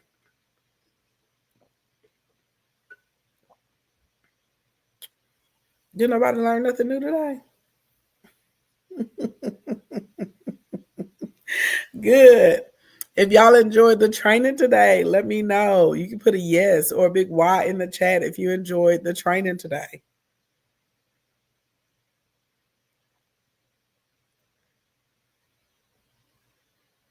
And is there anybody in here that would like to work with me and the team of the Success Coaches to help you put together this, to help you learn all the things that you don't know, to be a helpful eye over your campaigns, over your content, over your emails, over you building in your opt-in pages, your confirmation pages, being able to assist you with offers, offer ideas, email subject lines, all that good stuff, okay?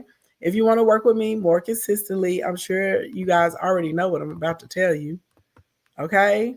What you can do is come into Instacoin Academy, all right? You can use this QR code, or hold on, let me get a link and we can drop it in the chat. And I'm going to take y'all to the page before we get into Q&A, okay? because y'all need to see it. One, because I worked hard building the page, okay? And number two, because you need to know how to navigate it, all right? So if you click the link, let me drop it in the bio. Let me drop it in the chat.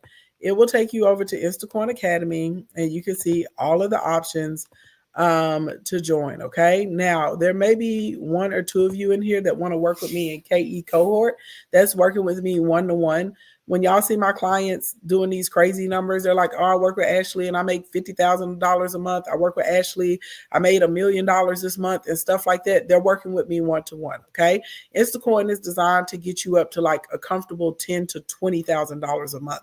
I want to be clear, there is a difference, right, in the level of attention that you get in each program, okay? But Instacoin is really, really good. Most of you guys in here aren't making $10,000 or $20,000 a month consistently right now. So Instacoin Academy is going to be perfect for you, all right? Now, if you sign up by 11:59 p.m. Central Standard Time tonight for Instacoin Academy, I am going to throw in Hooks Mastery for free. And you also are going to get 120 custom social media content ideas for you. This is not like generic. We're creating these for each one of you guys that sign up, and we're going to do 30 B-roll ideas with scripts for you as well, okay? Those are the little 7-second videos that I teach you guys to do. That's for anybody that signs up by tonight at 11:59 p.m. Central Standard Time, okay? When you go down the page, this is the important part. You can sign up for Instacoin for 3 months, or you can sign up for Instacoin for 12 months. If you sign up for 3 months, it is $2,497. If you sign up for 12 months, it's only $4,997. I'm sure if you do the math, you will realize the better deal is signing up for a year, okay? However, that may not be in some of you guys' budget right now, so we have the 3-month option. If you happen to be one of those people that want to work with me one-to-one in KE cohort, you would need to email my customer support. It's normally $36,000 to work with me in KE cohort. We work together for a total of 18 months, but we are running a special tonight, and if you decide you want to come into KE cohort, it will be $18,000. So you will get the 6 months of one-to-one plus 12 months of Instacoin Academy. Like I said, there's probably only about 2 or 3 of you that are really interested in this. If you are, email support CA, and we'll try and hop on a call tonight, because if you're going to join, you pretty much need to join tonight or tomorrow, because we get started Tuesday and we need the end of this month before we get into Christmas. So we basically got about 2 weeks to put together a plan for you with your phases, and we'll start on all of that stuff in January. So that means we're going to have a couple of calls together. Anyway, for those of you coming into Instacoin, if you don't want to do like ShopPay, Sezzle, Klarna, we also have a no credit check in-house FlexPay plan where you pay $4.97 down, or excuse me, it may be $9.97 down actually. But you do that, and you do 3 monthly payments, and you end like Flynn, all right? If you go down the page, you'll see all the things we teach in Instacoin. You guys got a little bit of a taste of business math tonight. Trust me, there's a lot of math and numbers you need to know for your business if you want it to be sustainable and you want it to work, long term, okay? We do TikTok money mapping, because TikTok is a great way to generate income. We also have lunch strategies inside of Instacoin. That's something new that we added. We have the marketing workshops and guides. So that's similar to like what you guys attended tonight. We got business foundations, how to get brand deals, insight sessions. I do those every Thursday. They alternate between 12:30 in the afternoon and 6:30. So if you got questions, there's plenty of live help. We also have a tech corner. You get a quarterly one-to-one with a success coach. You guys learn how to do automated sales. We also teach you how to gain thousands of real followers. We teach you how to generate your lead machine. We do app tutorials. We have the mini skills. I think at the beginning of this training, I told y'all we'd be getting into advanced Facebook ads starting in January. That counts as mini skills. So you wouldn't be paying additional for ads training, okay? There's a birthday promo sales strategy, because everyone has a birthday.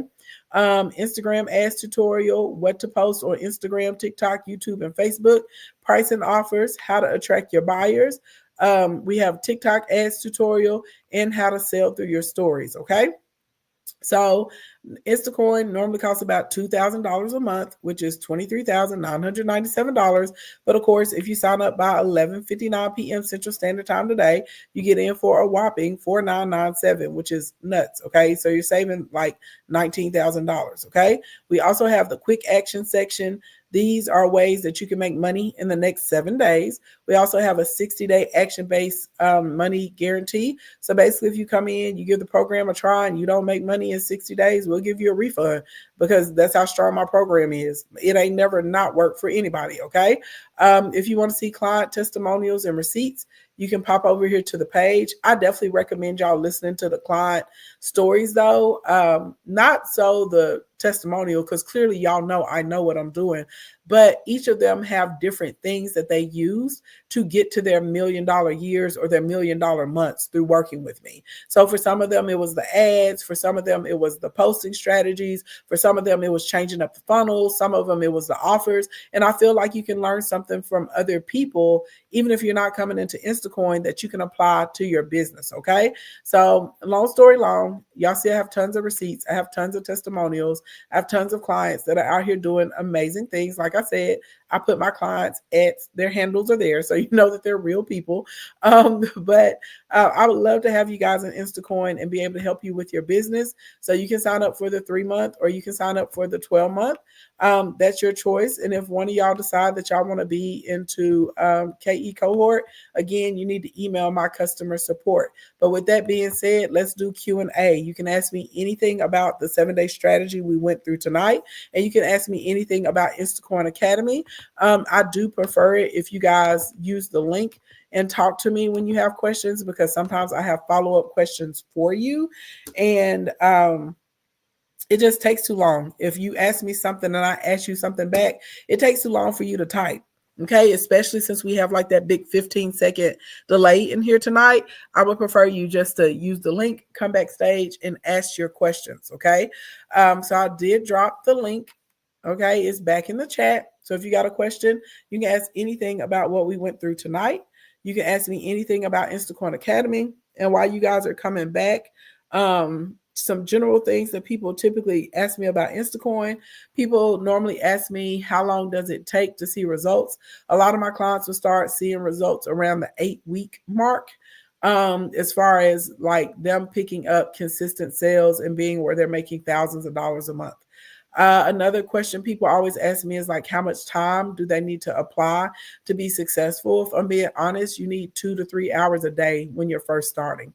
I know people want me to lie to them and say, oh, you can do it just by giving 2 or 3 hours a week. I'm not going to lie to y'all. It's not true. The majority of y'all that are in here do not have followers. If you have people that follow you, they don't follow you to support your business or your products. A lot of y'all need assistance with your branding. A lot of y'all don't have any infrastructure at all. You have no emails, you have no opt-ins, you have no upsells, no downsells. You have no segmentation system set up. You don't have any of your back-end pages together. A lot of you guys have no idea how to run ads at all, right? So you have to factor in the time that it's taking you to learn new skills and also apply these things, okay? So realistically, when you're first starting, you need to be able to dedicate at least 3 hours a day, or at least 3 hours, 5 days a week, okay? If you want to make money faster. If you can say, I can only do 3 or 4 hours, a week, then you'll make money, but you're going to make it a lot slower than the person that puts in the 3 hours a day. I hope I'm clear with that. Another thing that people ask me is, how do they get the bonuses? You have to sign up by 11:59 p.m. Central Standard Time tonight. So you'll be able to join Instacoin tomorrow, but you won't get all of the bonuses as far as us doing the 120 pieces of content for you, the 30 B-roll with the scripts, and the Hooks Mastery 1-on-1. You can pay. This is also a legitimate business expense. So if you need a tax write-off for the end of the year, this is a great tax write-off for you as well. We have weekly Q&As. We have weekly calls. We also have bookkeeping and accounting to help you guys. As Faith was saying, a lot of small business owners are not doing that portion. So we actually have professionals that come in and teach you guys how to do that as well. We have YouTube coaches. We have Facebook content coaches. So we have pretty much everything that you need to be able to make money and to succeed on a consistent basis. So yeah, y'all don't have any questions about what we went through tonight or about Instacoin? And again, if you're a VIP, all of those things I went through, all of those documents, all those templates for you, they're there in your workbook to help you lay out everything. We got no questions? Wow. That's odd. That's the first time that's ever happened. Well, since there are no questions, I don't see anybody in the queue. I hope you guys enjoyed the training today. I would love to see you inside of Instacoin Academy. If you have questions about it, you can always email the customer support team. If you're the person that wants to be in KE cohort, please make sure that you email customer support as well. And I hope you guys have a fabulous night and you enjoyed the training. You said I do, then baby, why you didn't click the link and come backstage? Y'all got to learn to follow the instructions. Y'all gotta learn to follow the instructions. I clearly said use the link and come backstage if you got questions. There are 2 packages or 1, 2. You can sign up for 3-month or the 12-month with Instacoin. 3-month or 12-month. Your workbook was emailed to you, Victoria. If you're not a VIP, you didn't get a workbook. But if you purchased the VIP package, that they get the workbook and they get the replay of today. They also get the replay of last night, and they also get digital branding 101. So as long as you were a VIP, look in your email. You guys got the workbook this afternoon.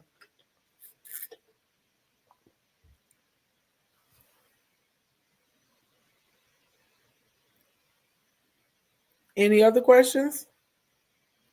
Going once. Going twice.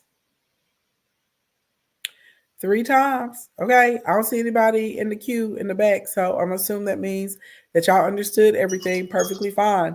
Please understand that when you email customer support or you send a DM asking questions about the training today, they're going to send you a link to pay $797 to speak to me. So if you got a question, you better ask it now. Why? It doesn't cost you anything.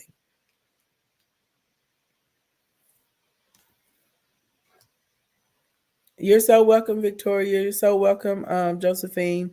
You're welcome, Anna Marie. I hope you guys take this information and apply it.